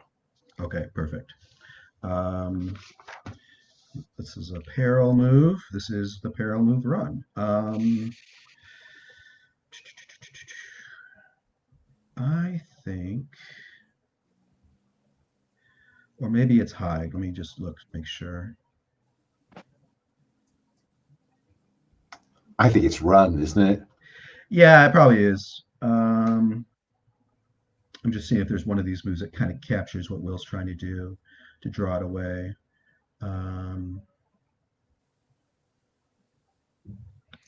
There's always a face adversity one, but yeah, there's one of these moves. Fight actually has the thing about you occupy the threat's attention long enough so that anyone else. I think what we'll do, I think we'll just sort of on the fly. In fact, this is a good thing to think about for me to do is to add that to the hide and run picks. Anyways, let's go ahead and draw, and we'll call it run, and then probably if you get a triumph, we'll just go ahead and allow you to draw it away from the others, which is what you're trying to do here. Okay.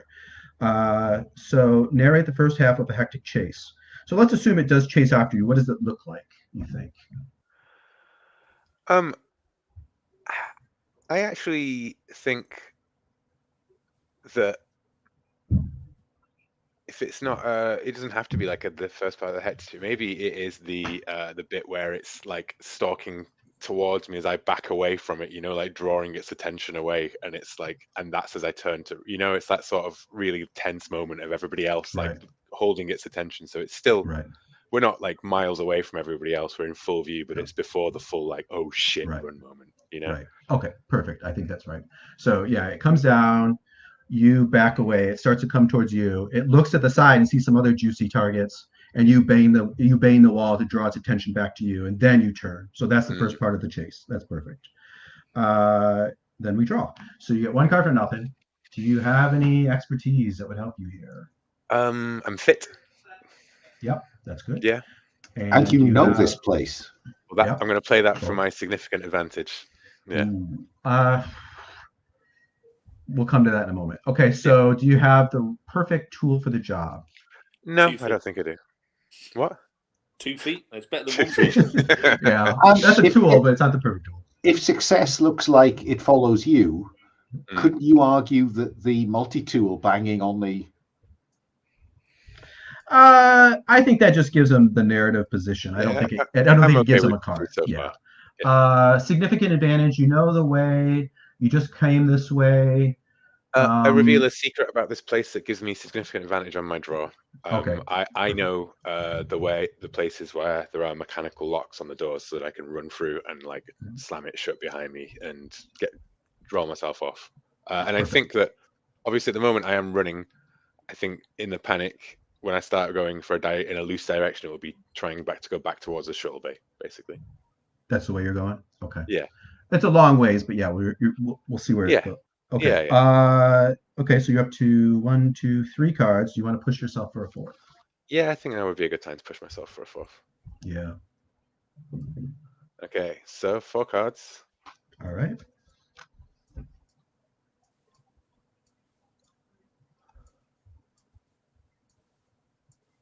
Triumph. Great. A clean hit. All right, so I think you get what you wanted. So it's drawn to you. It chases after you. We see it leaping from wall to roof to wall to the ground. It lets out a screech. It's hot on your tail. And let's see. Run on a hit. Describe how you managed to escape from the threat. So I think it sounds like you're gonna get into a chamber, slam the door, hit the lock. As bam, and a little dent appears in the wall, the door that you just went through, Let's And see. like On a triumph, throw you still like have shit down in front of the door, you know, Right, like grab right, something right. and like panic and then just backing away. right. On a triumph, choose one. It was close. Everyone involved gains a stress. It was difficult. You gain a hurt. Or now you're lost and alone. Now I'm lost and alone. Yeah, that sounds right. We'll complete the new location move for you in a moment. So that's all happens. Lee and the monster go running away. What do we see everybody else doing in these moments? What we plan to do. Jump down in this vent. Using Celestine's exploration to find a way around this pocket of vacuum. Right. Okay. When we come back, we'll take a break, a 5-minute break, and when we come back, we'll have new locations for each of the two groups and see what happens. See you in 5.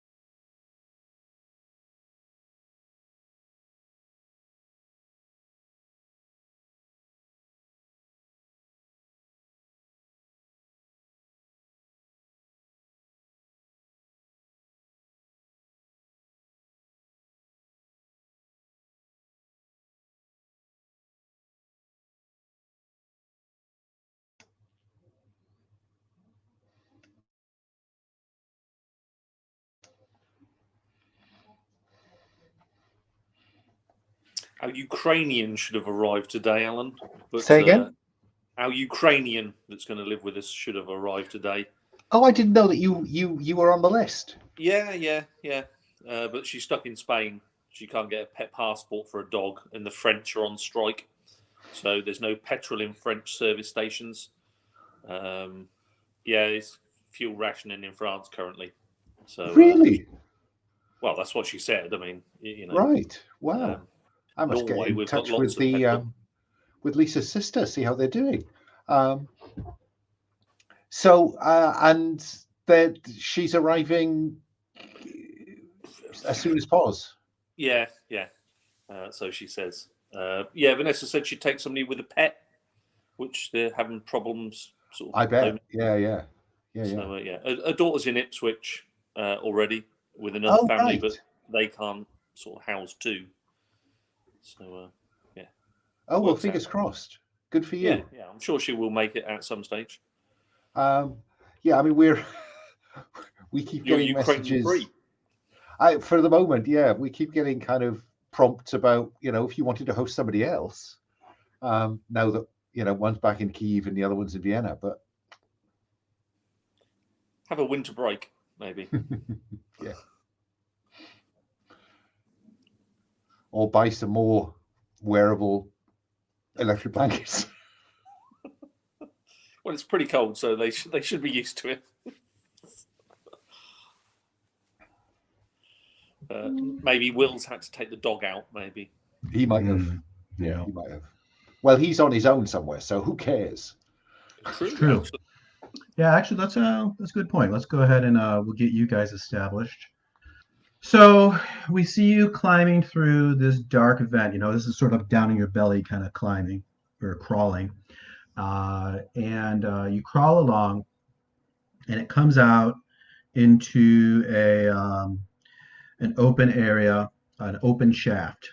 Maybe it's probably pretty sizable. Let's say like 5 meters across, and it's sort of a hexagonal sort of shape of the shaft. And there's there's 4 ladders. There's one ladder on each north, south, west, and east, leading up. Lined along the side of these of this shaft.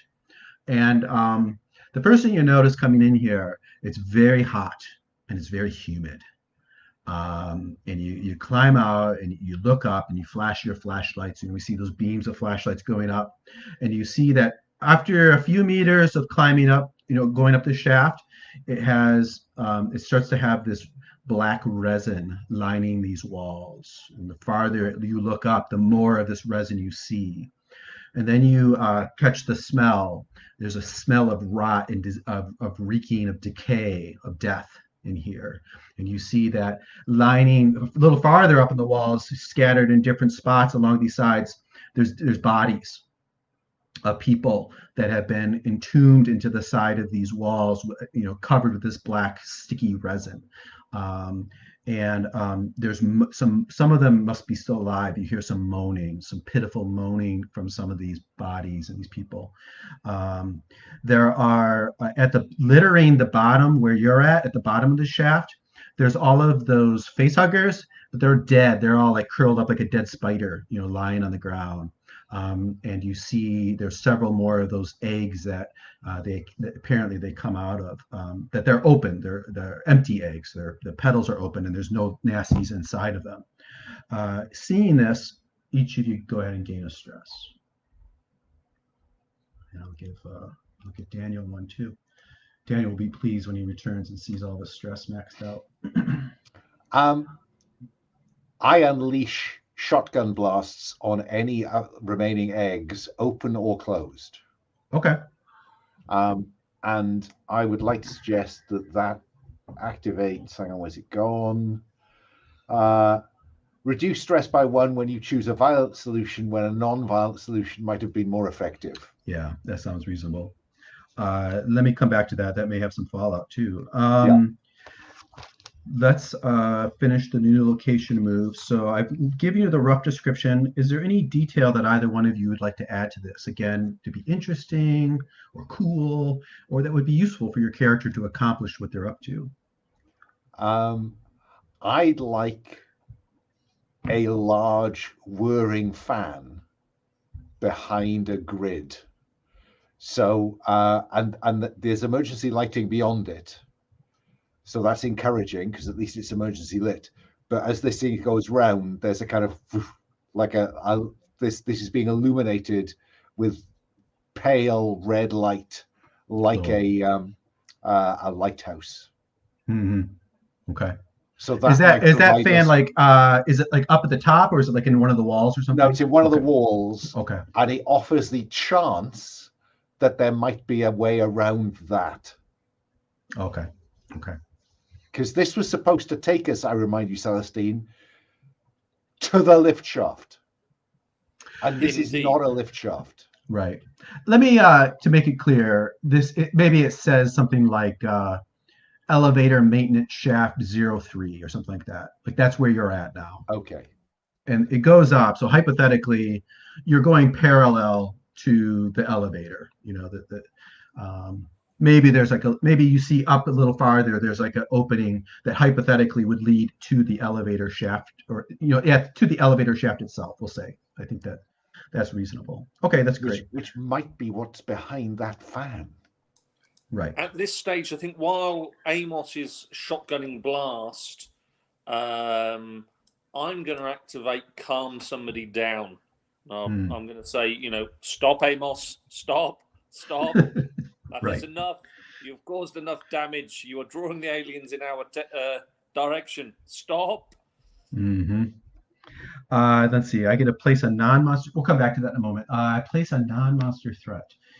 What can we put here to make it interesting? Well, what about this dangerous whirring fan that could cut us in half if we try to escape past it? True. I'm looking at our non-monster threat cards, though. Let me see. A fan that could be in the control of the advanced AI. Yeah, that's true. Yeah, I like that. So I think you do see, you come out, you had the pleasant little journey going through the crawl space where you knew that the AI couldn't see you, but you see a camera comes on here and turns your way, and it has that red beady eye staring you down. So yeah, we'll put the advanced AIs here, and then new location, I get more threat cards. So I get 2 more.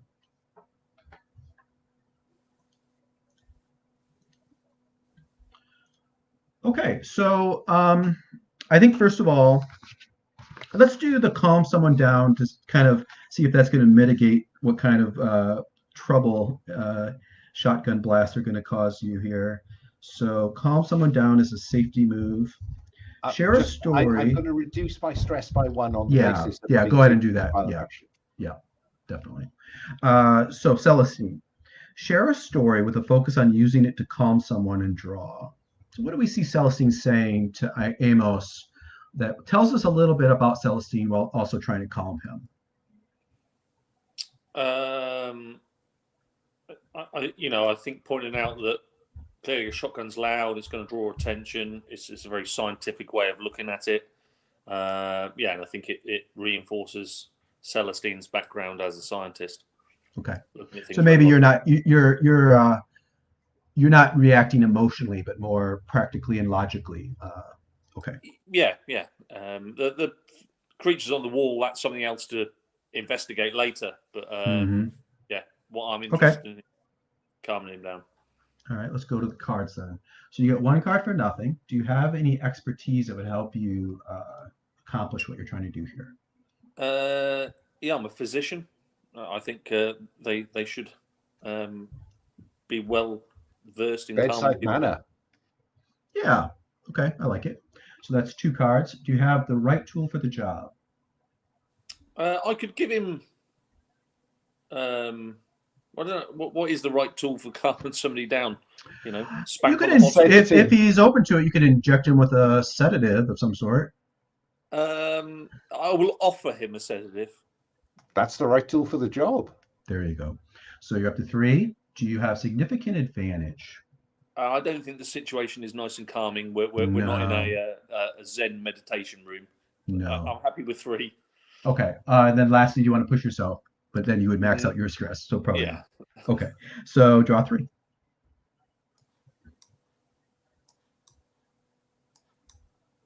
Edge. Okay. Edge. On a hit, you both reduce your stress by 1, so you both can reduce your stress. And then you're both going to be able to do, well, Amos is an interesting choice. So you could either look at Paul's hidden agenda card secretly, or you can ask him a question that he must answer, or she must answer honestly, and then vice versa. Celestine, you're going to be able to ask Amos a question that he must answer honestly. Now, in terms of where we are in the series, we're in 3 of 5. I'm not here for 4, though. And you're not here for 4. So I think it would be really bad form for me to force that reveal now and then have Paul not here next time. Now, it's a reveal only to you, not to the whole table. It's a reveal only to you. Yeah. Only you would know his agenda. Oh. There's a way we can do it so only you will see the card. Will and I will still not know. Then that's slightly different. Go for it. Yeah, if you're comfortable with that, Paul, I'd like to do that. Okay. Yeah, sure. All right. So the way to do this, first of all, let's see if we can do it an easy way. Alan, click on Paul's agenda card that's on the table, and then right-click and see if it allows you to select Take Card. Yes. Do that. Let's see what happens. All right. Oh, it's great. appeared in my hand. It's down in your hand. Now you can click on it down in your hand, and you'll only be able to see it. Okay. Hang on. Oh, there it is. Click on it, read it. Oh, wow. Okay. I suspect it's a very interesting card. No, and when you're done, see if you can drag it back on the table. Okay. Hang on then. So if not, we have another way of doing this. Okay. Drag it back. Drag it just anywhere on the table and just drop it. Okay. There it is. So now, Paul, see if you can. Yep. Can you move it to where it needs to go? Yeah. I just moved it. All right. Perfect. So I just learned something. That's a much easier way than I had been doing it. Okay. Great.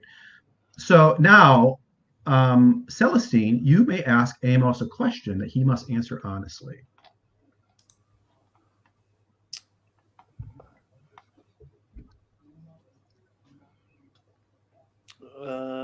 Here in this horrible elevator maintenance shaft, what do we see you whispering to him, in the course of calming him down here? What is his main drive here? As in on this station, not right now. What do you really want to do? I really want to get off this station alive. Escape is your number 1 priority. Escape is my number 1 priority. Okay. Excellent. Okay. I think, Alan, Amos, let's do the face adversity move to see what kind of fallout might occur secondary to your shotgun blast in this enclosed space. This is a matter, I guess, when we talk about expertise, this is a matter of, are you able to cut it short before you really, just open up and just unleash your violence. So looking at Amos, your expertise, let's see. You have athlete, concealment, ruthless combat, on the run. Concealment might fit here. Maybe you're a little more wary than you might have looked at it on the first blush. What do you think? Yeah, that works for me. Sure. I mean, I would have said that it's as much to do with whether his military training kicks in and he suddenly realizes with Celestine's help that he's just being really stupid, tactically stupid. It's a waste of ammo. Sure. All right, so we'll give you that. You're up to 2. Do you have the right tool for the job? And this isn't blowing up the eggs. That's kind of irrelevant. It's more about staying quiet or getting control. No, I don't think so. I'll tell you what. If you're willing to potentially face down, a downside of being sedated, I'll give you that for that. I think I am. Okay. So you might be overly sedated. So we'll give you a card for that. So you're up to 3. And then do you want to have any significant advantage? I think Paul's action. I think Paul's action will count for that. Okay. So you're up to 4. So go ahead and draw 4. Here we go. Miss. Triumph. All right. Let's see. Blah blah blah. And he hit you, succeeds. No downside. So I think luckily anything that may be out there didn't hear it or isn't coming, or maybe it's distracted. Maybe if we retcon it a bit, Celestine spots me, just and then hand on the barrel and just pushes it down. Right. And slaps a sedation pad on my neck. Right. Okay. Go ahead and add sedated to your harm/mortal wounds. And this may not cost you anything, but we'll put it there just in case we need something to use against you somewhere coming up here. Can I put slightly sedated on the ground? Yeah. I'm not asleep. Yeah, I think that's fair. Okay. Let's switch and check in with where we have left Lee. Lee, you've slammed this door. You've hit the lock. Something big and nasty with sharp teeth is banging against the outside. You're pulling some cabinets or something to try to create more of a barricade. Where do you find yourself as you turn and look around? I think that maybe I don't stop just in the first room, but I stumble through. But this is the first room that I come to a sort of pull myself against the side of the thing and look around the corridor, and I'm quietly looking, and then I turn around, right? And I think I'm on that main level. We've got the cryo vaults, and I saw Paul put in the chat vaults. Yeah, I think I have ended up coming through a side access to the vaults. Okay. Not through the door we passed earlier, but through another area. Okay. Maybe I don't know, like a gantry that goes over something. I don't know. Yeah, I like. Let me throw this at you. I think in the course of your running and the other movement that you guys have done, you've kind of come around, instead of going into the main entrance into the vaults area, you come around to sort of the control room for the vaults. So there's all kinds of terminals in front of you. It's dark in here, it's just red lights, but there's a wall of glass in front of you that overlooks down into the vaults. And you can see down in there's quite a few lights. It's a little bit more lit up. In fact, it's probably, let's say I think I like the idea the vault is fully lit up. That for whatever, in terms of priorities for the station, whatever power is available is siphoned here. This is top of the priority list, is to keep these. It's the cryos, right? So they probably have all these redundant power systems that even the AI can't touch, because it's just to keep these people alive, Right. So you're looking down into this large area. And it's like a tunnel. It's like a tunnel going sideways, and it's lined with all of these, 360 all the way around this tunnel. There's all of these cryo tubes, hundreds of them, in this chamber. And you're looking down, and you coming in here, you see that on the door it said on green, the orange paint on the wall, it said Vault Control 0, Vault 1 control room. So you're looking down into Vault number 1, and you see there's all kinds of wreckage and half destroyed or opened up cryo beds floating around. There's 0G down in there. There's no gravity inside the vault. And a lot of the vaults have clearly, or a lot of the cryo tubes have been forcibly ripped open. So there's bodies and pieces of bodies floating around. It's really pretty horrendous. You gain another point of stress. Cool. Which takes you to 5. Fills up my stress. Right. So what that means is that as soon as possible, maybe right now, you need to do something to try to do the overwhelm move, or I take control of your character and have you do something unwise. Yeah, I was going to use the overwhelm move. Let's finish this move just to get that out on the table. So, is there any detail that you would like to add? Again, interesting, cool, or useful for Lee? Well, so you described it as this sort of like I'm in a control room looking down in this like vertical tunnel almost of cryovaults, so many of which are damaged and everything. I think that what the first thing that is maybe noticeable for Lee is the the other door on a lower level that will take her out to an area of the lift, or maybe an upper level or whatever, right? But like another route back towards the lift on the floors. Right. Maybe not through like the ductwork, but through like the actual floor of the station. You know. So I think what you see is that there's a diagram on the wall. Again, you see these a lot in computer games. There's a I was vault. thinking of like the sweeping camera view of like just because it's just another exit from the vault, right? Like for the technician, whatever. But I would love to have as well, like as I push into the room, like the like a list of patients or whatever, right? Like that I could go through for Creek with looking for that C. Wilson. Okay, so we'll say that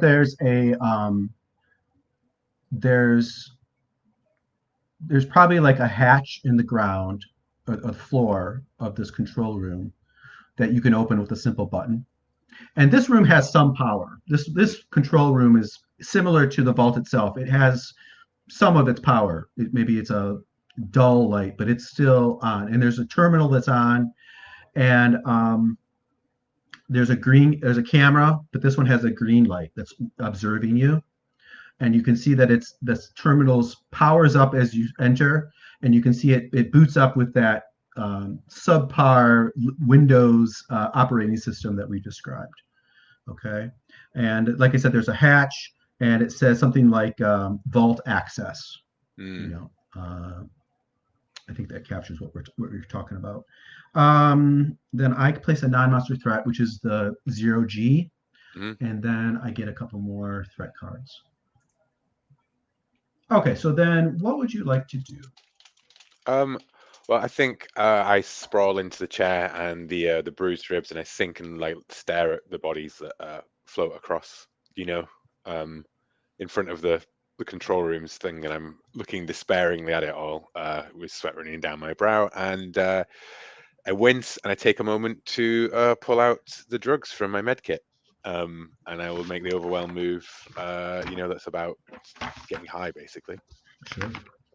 All right, let's go ahead and do that. Where is that? Overwhelm move. Use drugs. Choose how you try to cope. You're going to use drugs. Describe your consumption of your supply and draw. It sounds like a sedating kind of drug. Yeah, it's a painkiller, Painkiller, sure. Yeah. Probably, trying to take a little bit more than you need just for your ribs, just to also psychologically relax. Yeah. What expertise, if any, do you have that would help you cope with your altered state? That I'm the medic. Yeah, maybe just the right amount to take, Yeah, it's a dosage, right? Like, sure. I know I'm not going to take more than I need to. I'm a medic, I'm adaptable, I'm quick-witted, I'm fit. Yeah, I think I got a bunch. Do you have the right tool for the job? Yeah, 100%. Yeah, I think if you're a medic, maybe you have some high-quality sedatives, easier to control your dosage. I just tossed a upmarket charities medical lab before we left, right, as well. Okay. So you've got, exactly. So you're up to 3. Do you have anything that would give you significant advantage? No, I don't think so. Not particularly. No. Do you not think you're safe behind those mechanically controlled portals? No, I don't think it would be reasonable to think you're safe. I suppose the view of dismembered bodies may be counterstanding. Right, and not so long ago, you had something big and nasty trying to pound its way in to get at you, right? You're not really away from it. That it could reappear. No, I don't. It could return in the background as you settle. There's a kind of So you're at 3 cards, I believe. Yes. Let's see how this goes. That's an edge. miss, and a triumph. Triumph. Oh, you are really good at. You did that. You had an overwhelm move last time where you got the triumph, and I you know. used all of your stress. It's a good time to get it, really. It sure is. You clear all your stress. You still have to choose one consequence, though. So there's a list of 4, 6, 8 or so bullet points there. Which one do you think is narratively appropriate or interesting to you?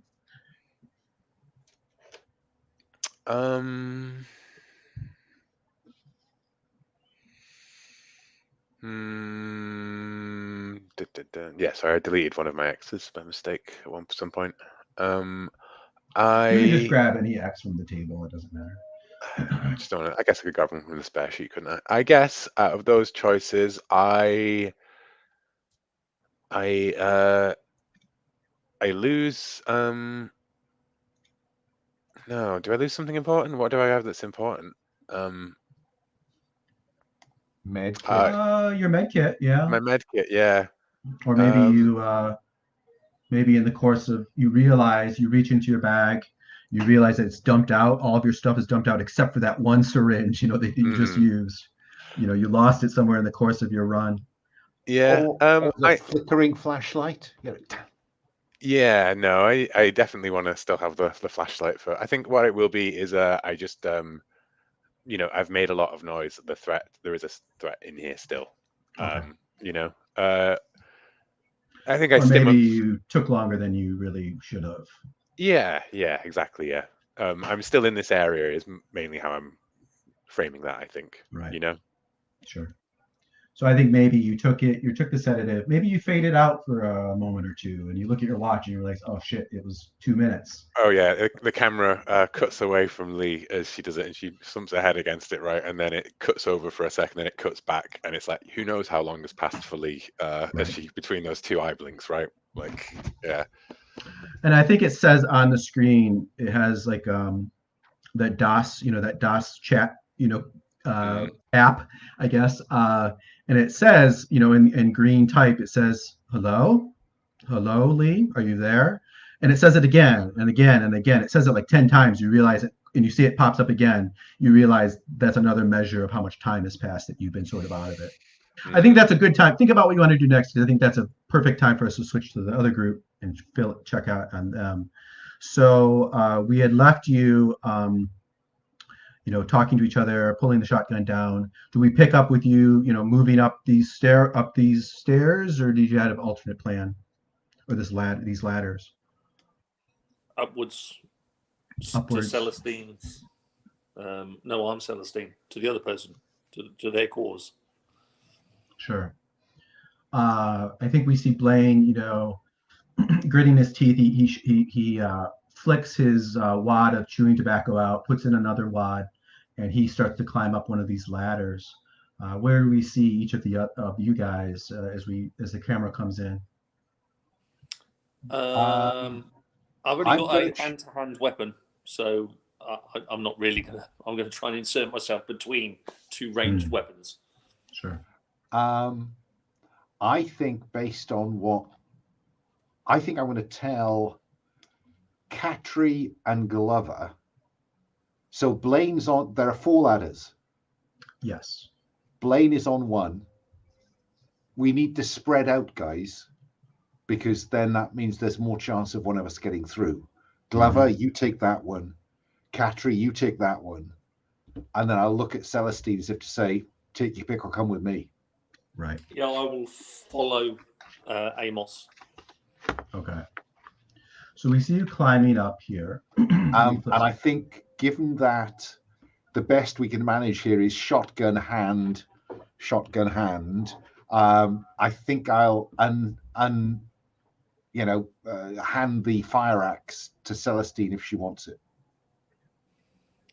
I will stow the fire axe just down the back of my shirt. There you go. No, if you don't think it's a close-up weapon worth having, I'll leave it.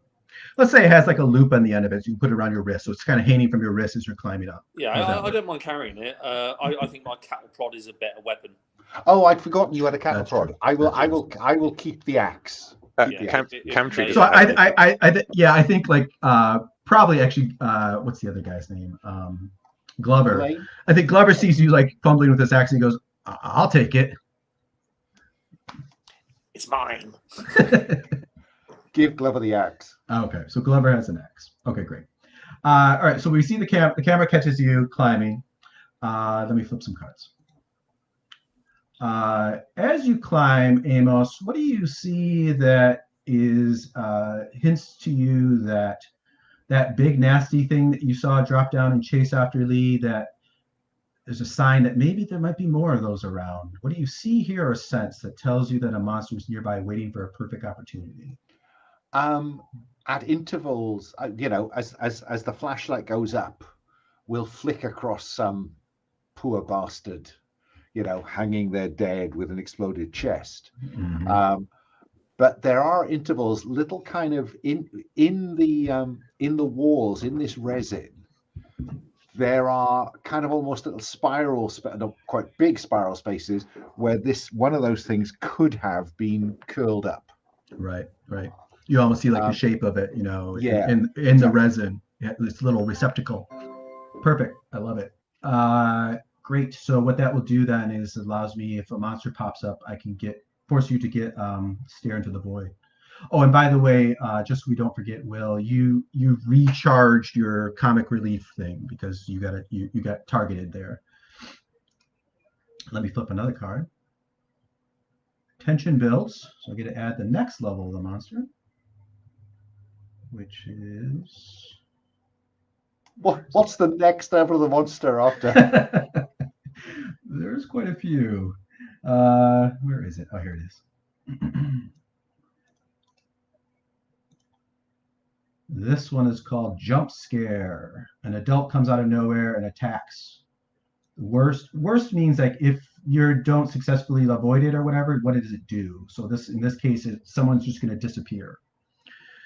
So I think what we're going to have you do, let me see, who would be, I think you should put Amos in the front because Yeah, I'm going up yeah, ahead of yeah. Celestine. I've spotted this, while I'm focusing on that place where one could have been. Right. Ah! So I think what this is going to be is that, and tell me if I've got the fictional positioning wrong, but I imagine different people are climbing up different ladders, right? And you look across and you see one of these receptacles and you look around, you're like, oh shit, I wonder if there's more of these. And you see one of these receptacles, but it's full. It's got one of these monsters is in it. And just so happens that, let's have Khatri. Let's put Khatri in fire. So Khatri's right there and you see it start to unwind and move and it's like right by him. So Amos, I'm going to force you to stare into the void. You yourself are not in immediate danger, but Khatri sure is. So if we look at the peril move called Stare into the Void, when suddenly confronted by death, describe how you try to pull it together and do something before the threat does its worst. So how do you try to pull yourself together in this split second to do something to save Khatri, really? Military discipline. Trained to react. Sure. The Marines. You don't think, you just act, right? You just act. Exactly. Remember your training. Okay, great. So you get one card for nothing. You get one card, I think your military training that fits, 2 cards. Do you have the right tool for the job? If anything, you're slightly sedated, so you're a little numbed. So I'm going to say no here unless you have a different idea. Well, that depends, you see, because I do have an idea. Okay. Of what I'm going to do. I think Sure. The shotgun is the right tool for the job, but I have no significant advantage. Now that's for shooting it. This is just acting before. Oh, this is just like to react in the split second before the bad thing happens. Okay. So yeah. Okay. So the shotgun comes next. Okay. No. Significant advantage. Is there anything that gives you significant advantage? No, I think if the slightly sedated is slowing down my reactions or blurring my vision or whatever, I don't think any of that works. Okay. I think it's 2 do you cards. Want to push yourself? Take a Yes, stress. I do. I will push myself for a 3rd card. That's right.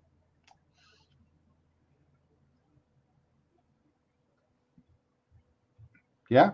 Yep, go ahead. Okay. Miss.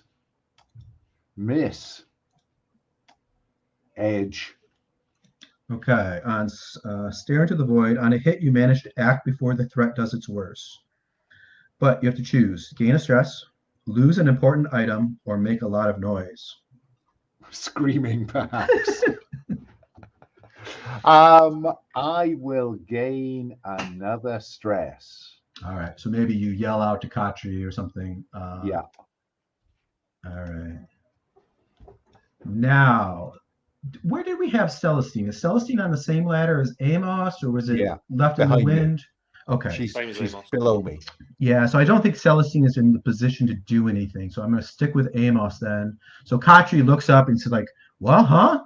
And he looks across and maybe he starts screaming, seeing this thing, point blank in front of him, unwinding, reaching its long talons out to grab him. Amos, do you grab your shotgun and shoot it, or do something else? I think we run. Celestine, run, or whatever the equivalent is up a ladder. Climb quickly. Climb quickly. Right. Okay. And we'll say that the opening that leads hypothetically into the elevator shaft is nearby. So, we see you climbing up there, double speed. I think Katri, if this doesn't work perfectly, I think it's very easy for me to figure out what's going to happen here. Let's do the run move. Narrate the first half of a hectic chase and draw. I think we pretty much have done that. We have done. And let's draw. So if it's between the two of you, I got to figure out which one of you is probably least prepared for this run. Let me see. I think Celestine's in back. I think she's got that against her. You are slightly sedated. You've got that against you. You're athletic. Celestine, do you have any sort of physical qualities that would make you good at running? Dodging. Dodging. Yeah, that's pretty good. What do you think, Will? Who should I make this draw? I think Celestine, because she's bringing up the rear. Yeah, so like if anything comes into the shaft after this, it's going to be following. That's the worst place to be, right? No matter what. Yeah, it's Will's fault then, Paul. I just have to be able to run faster than Celestine, don't I? Exactly. Or climb, yeah. All right, so you're going to do a run, Celestine. So you get a card. You get another card for dodging. Do you have the right tool for the job? Is there any piece of equipment we see you using that would help you run better? I could jab Amos with a high voltage prodder. I mean, he may go quicker. Right.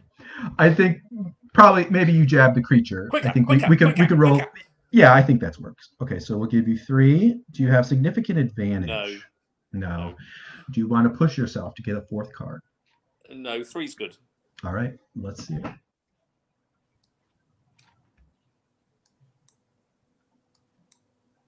Edge. On an edge, choose 2 of the 5. On a hit, describe how you managed to escape from the threat.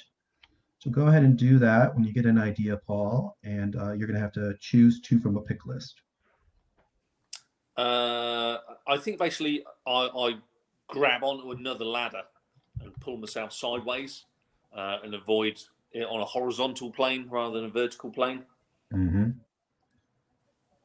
And let me say, I would be willing, breaking from the rules, you can get away clean if you let me have Katri.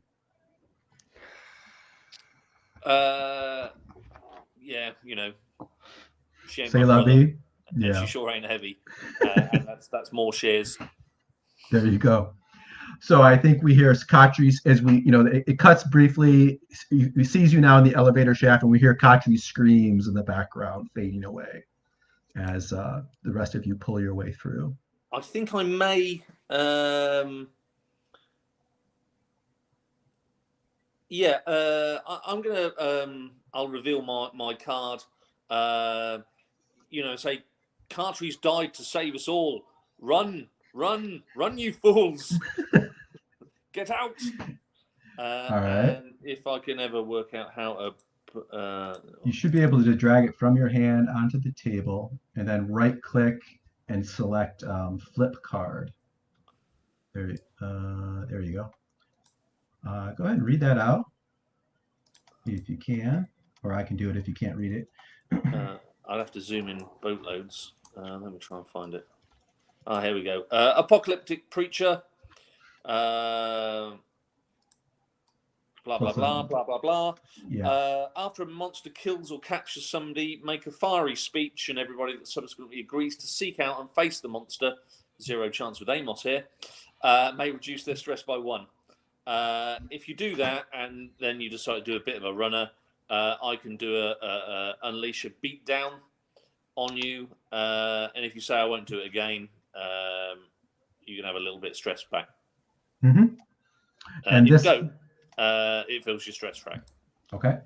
And you win if no other PC with a selfish agenda is able to claim a victory.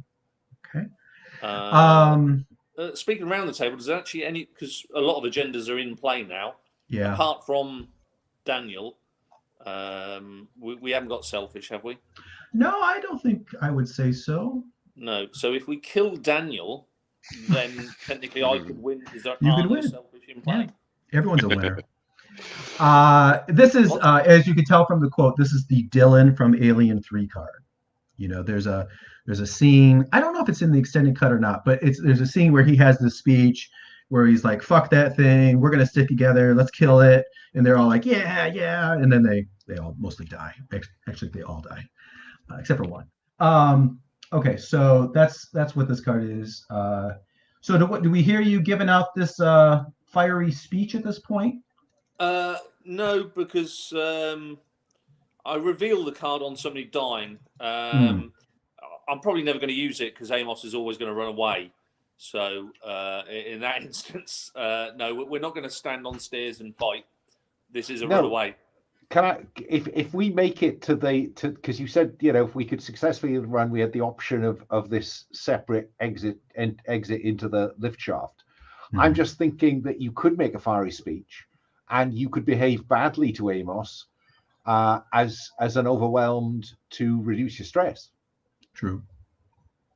I think fictionally will give you a little space. You climb through this crawl space from that horrible shaft into a relatively clear elevator shaft. Maybe you're on top of you come out, you jump down, and you're on top of the elevator, you know, and there's a clear shaft going up with some red lighting, but no cameras. And one of those iris vents closes down behind you, sort of shuts it down, and you hit the lock. There's a lock conveniently there. So if anything was following you, it gives you a moment if you guys want to have this moment. Yeah. So looking at it mechanically, I mean, clearly I don't want to just fill your stress track up. That's not what I want to do there. So basically, if I give you a beat down and say, you know, you're bang out of order there, Amos, you know, we should have got everybody out. You know, I don't ever want to see that again. You got to get everybody out. If not, you're going to have to fight them in the future. Yeah, is that the sort of beat down that I'm giving? Yeah, I think so. Let me just let me catch up here. I may have because there's reveal a card when someone dies and you make a speech, but then there's a separate make a fiery speech. Right. So there's the reveal trigger. You got to fight. Yeah. So there's the reveal trigger, which is what he's used, and then there's the power that it gives you, which is where you can convince people we got to go kill that thing that just took our friend, basically. Like, so you can get backup if something attacks you, basically, right? Like that's what it's for. But it doesn't sound like Paul wants to fight it either. You know, Celestine is okay to run away, so it's really a question of whether or not you want to chew Amos out for, you know, what happened to not leaving a man behind, eh, Colonel? Yeah, you know, clearly when you mustered out that part of the Colonial Marines motto, "Died with you, Amos, you stinking rat." Okay, so I think what we'll do, and then what this does is it gives Amos an opportunity to then basically say, I'm going to stand firm against the monster in the future, and then he can reduce his stress if he chooses to. In addition, if you get a hit on this acting badly, he must confess and promise not to repeat the sin, and then it puts the pressure on them. If he doesn't follow through, then he'll immediately fill a stress track. Does that all make sense? It's complicated, but I think that's my read on it. It sounds like as long as we're on the same page, that'll work. So I think what we need to do then is we need to do the overwhelm move for Celestine to see how this works out in chewing out Amos. Okay. So this is behaving badly. Role play a verbal or physical conflict, which we did. Do you want to add anything that tells us more about Celestine? I think it does show that Celestine, is not just this mild-mannered cyberneticist. Still can't say it. That she's got a bit more depth about her than maybe how she came over. Okay. And we're ready to draw. So you get one card for nothing. Yep. You get one card. I think your new apocalyptic preacher is perfectly good as an expertise here. Is there anything we've established equipment-wise that would help you here? Nope. No. How about significant advantage? And this is a matter of anything that would help you win the conflict. I think I'm going to use the sedation against Alan here. I think Amos is slow of mind currently. Yeah. So we'll give you that. So you're up to what? 1, 2, 3. Do you want to push yourself for a 4th card? All right, Go ahead and draw 3 to see how this goes. Opportunity. I was massively zoomed in to read the card, and it in there. Let's stop at that. Well, yeah. All right. So on a hit, you clear all your stress. So that's nice. And you do have to choose a consequence. So go ahead and look at that list. You just have to choose one from the bullet list under consequences. And then, like we said, Alan, you now have a choice. How does that phrased?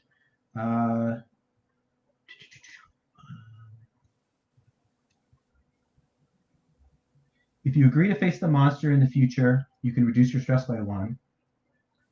Amos, do you make some sort of promise, or do you want to pass? I look at Celestine and say, slap me. Well, that works brilliantly with narrate how somebody else suffers a hurt. There you go. So you do more than slap. Yeah. One of those sort of, it's not a little girl slap. This is a big Russian slap contest slap. Sure. Yeah, and you've got that the butt of that thing. You're like, bam. Escalating the slapping. Next it'll be the side of the fire axe at maximum distance. and cut to Amos shaking his head, saying, "I'm back," and then spits blood. All right. Do you agree to seek out and face the monster in the future? That's the part of Paul's card there. You're muted. Does that reduce my stress by 1? It would reduce your stress by 1. Yeah, okay. I'll take that. Okay. Add the harm. So it sounds like Paul's choosing someone else gets hurt as his consequence. So I think you are now concussed. Okay. Can I replace slightly sedated? Yes. I think this is an upgrade of slightly sedated. Yep. All right. And then from now on, I'll make a note. You guys may want to also, if you do not follow through on your promise to stand firm against the monsters, you immediately fill your stress track. That's for you, Amos. Okay. Let's leave you guys there. Let's switch over to Lee for a few moments, and then we'll call it a day. Lee, so if I remember correctly, your next step was to try to type away at the computer to find out where Cream Wilson is. Is that right? Yeah. And I know that the computer is seems to be like blinking something at me as well, right? Like as I blearily look at it, pulling myself up to the thing and looking over my shoulder. Right. And can I roll investigate to? In fact, looking at the time, should it maybe be a good point to sort of just as a type go back? As it cuts off, and it's just a typing back, hello, enter, and then Well, let me have a little bit of back and forth with you. So first of all, let me tell you, maybe you have another little window that you're working on, just where is Cream Wilson? And you look through it. It said it has a little window screen where it's doing the function. So it's completing this function. It's going through all the hundreds of different subjects looking for Cream Wilson. Chunky you know, like the alien version of an iPad, right? So it's like huge kind of thing, and it's like a manifest basically of everything in this vault that is like battery powered, right? Like, and I'm like typing away on that and staring up at the screen as well. Like that's there. So I think the computer set. You say hello, and it says, "I'm sorry, Lee. I'm sorry for what I had to do." Haven. No, this is Dr. Stelline. This is insane, Stelline. You have to stop. It's too important. I can't stop. I can't stop it now. All I can do is contain it. I think that's a good point. You want to leave it there? Cut away. And I think let me throw my Xener in. I think she says, "All I can do is contain it. That's why I had to destroy your ship." And then it says ding ding ding, and it says, you know, Cream Wilson is in synthesis. He's in the synthesis lab, which is this adjunct. You'd have to go down through the vault, but there's another chamber where apparently the computer has found Cream Wilson. So located within this vault, but further down, basically. Right. There's like there's an adjoining. Like you even see like there's a crane that like would grab the cryo beds and then move them into this synthesis lab, whatever that is. Yeah. Perfect. Okay. All right. Let's pause there then with everybody in a temporarily safe situation after going through some fires.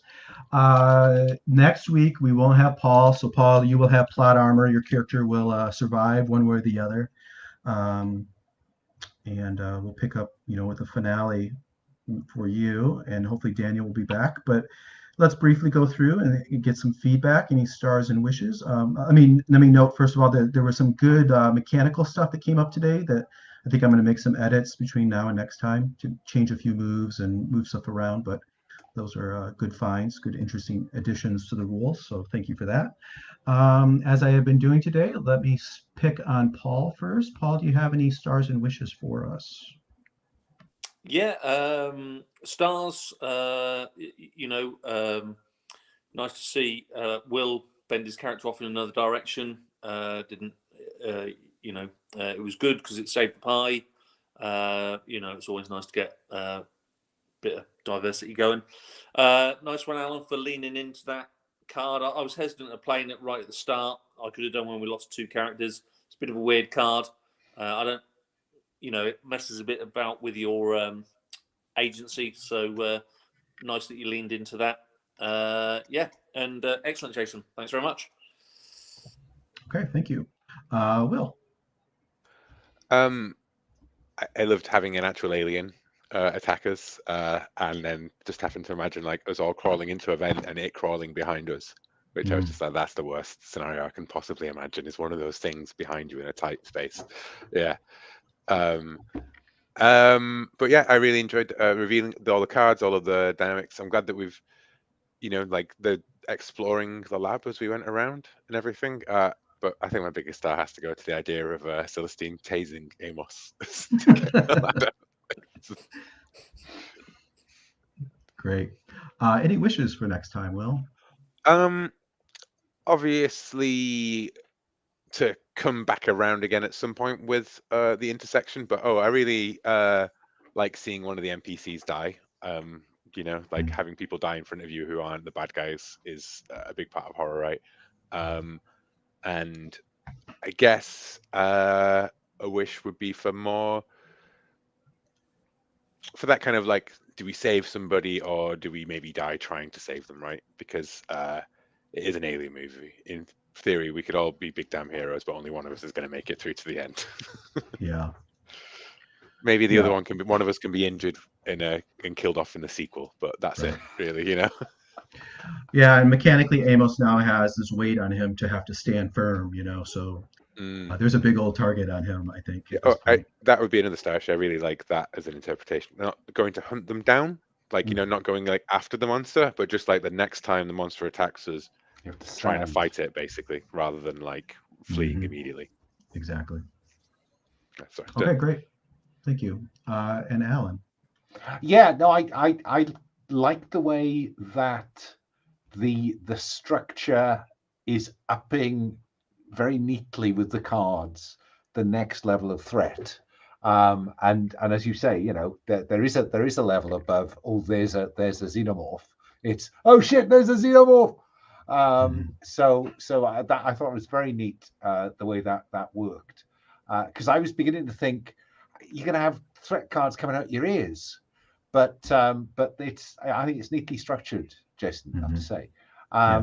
And yeah, I was pleased that Paul felt that was the right time to reveal. I was convinced he was synthetic, just by the by, because he's been playing this slightly mechanically voiced, kind of logic machine. Turns out he's an apocalyptic creature. Who knew? And yeah, I was pleased to see Lee sticking with the "I'll draw it away," because I was all set to make a stand, I think, but it's too early in the movie for that. Yeah, I think that was really nice. In terms of wishes, no, I just I'm happy to see the way this unwinds or unravels. Yeah, my quick thoughts, and we'll say goodbye. Yeah, it's good. It's interesting. Let me start over. I really enjoyed having the opportunity to play the threat cards and the way they played out. How you throw a couple of them out at a time because they kind of like create the story, and it allows me to do various things. I have 10 of them now, so I'm getting a pretty good host of things that I can do. The downside of it is that I pretty to sit down and actually figure out, okay, I need to play this card here, this card there. You almost have to do it at a break. It's hard to do it on the fly. So we had our first part of our game today, our first hour. In that 10-minute break, I definitely sat down and looked at my cards and said, okay, how am I going to lay this out? What do I want to do here? You kind of have to plan it out a little bit to have it really hit the way you want it to hit. But I think it hit really nicely. The scene in the shaft there where Patry was dragged away, the visuals worked out very nicely. I definitely can see that in the movie. That would definitely hit hard. There would be some dramatic music there for sure. And then Will, it's really interesting. I really curious to see where Will goes being off on his own now. Like you said, we'll definitely lay out ways that you can get back to the others, but we can run with that as far as you want to go. Your little side adventure. It's too bad Paul won't be here. It's really interesting the things you put out there, the flashbacks, the making forcible. What was the one about how you were on a spaceship and you were replacing people's body parts, so they could survive without oxygen and food and stuff? That was incredibly grim. And when you come back, Paul, what I guess I wish I'd like to see you lean into and really flesh out as much as you can in one session the apocalyptic preacher aspect. There's certainly a lot of ways you can go with that, but it should be fiery. Again, this is like going back to Dylan from Alien 3. He was a very intense character for sure. And so is Celestine, so it should work out. But I think that's it. So I'll see two of you guys next week. Hopefully Daniel will be with us. And Paul, I'll see you in a couple weeks. Thank you very much. Bye-bye. See you guys.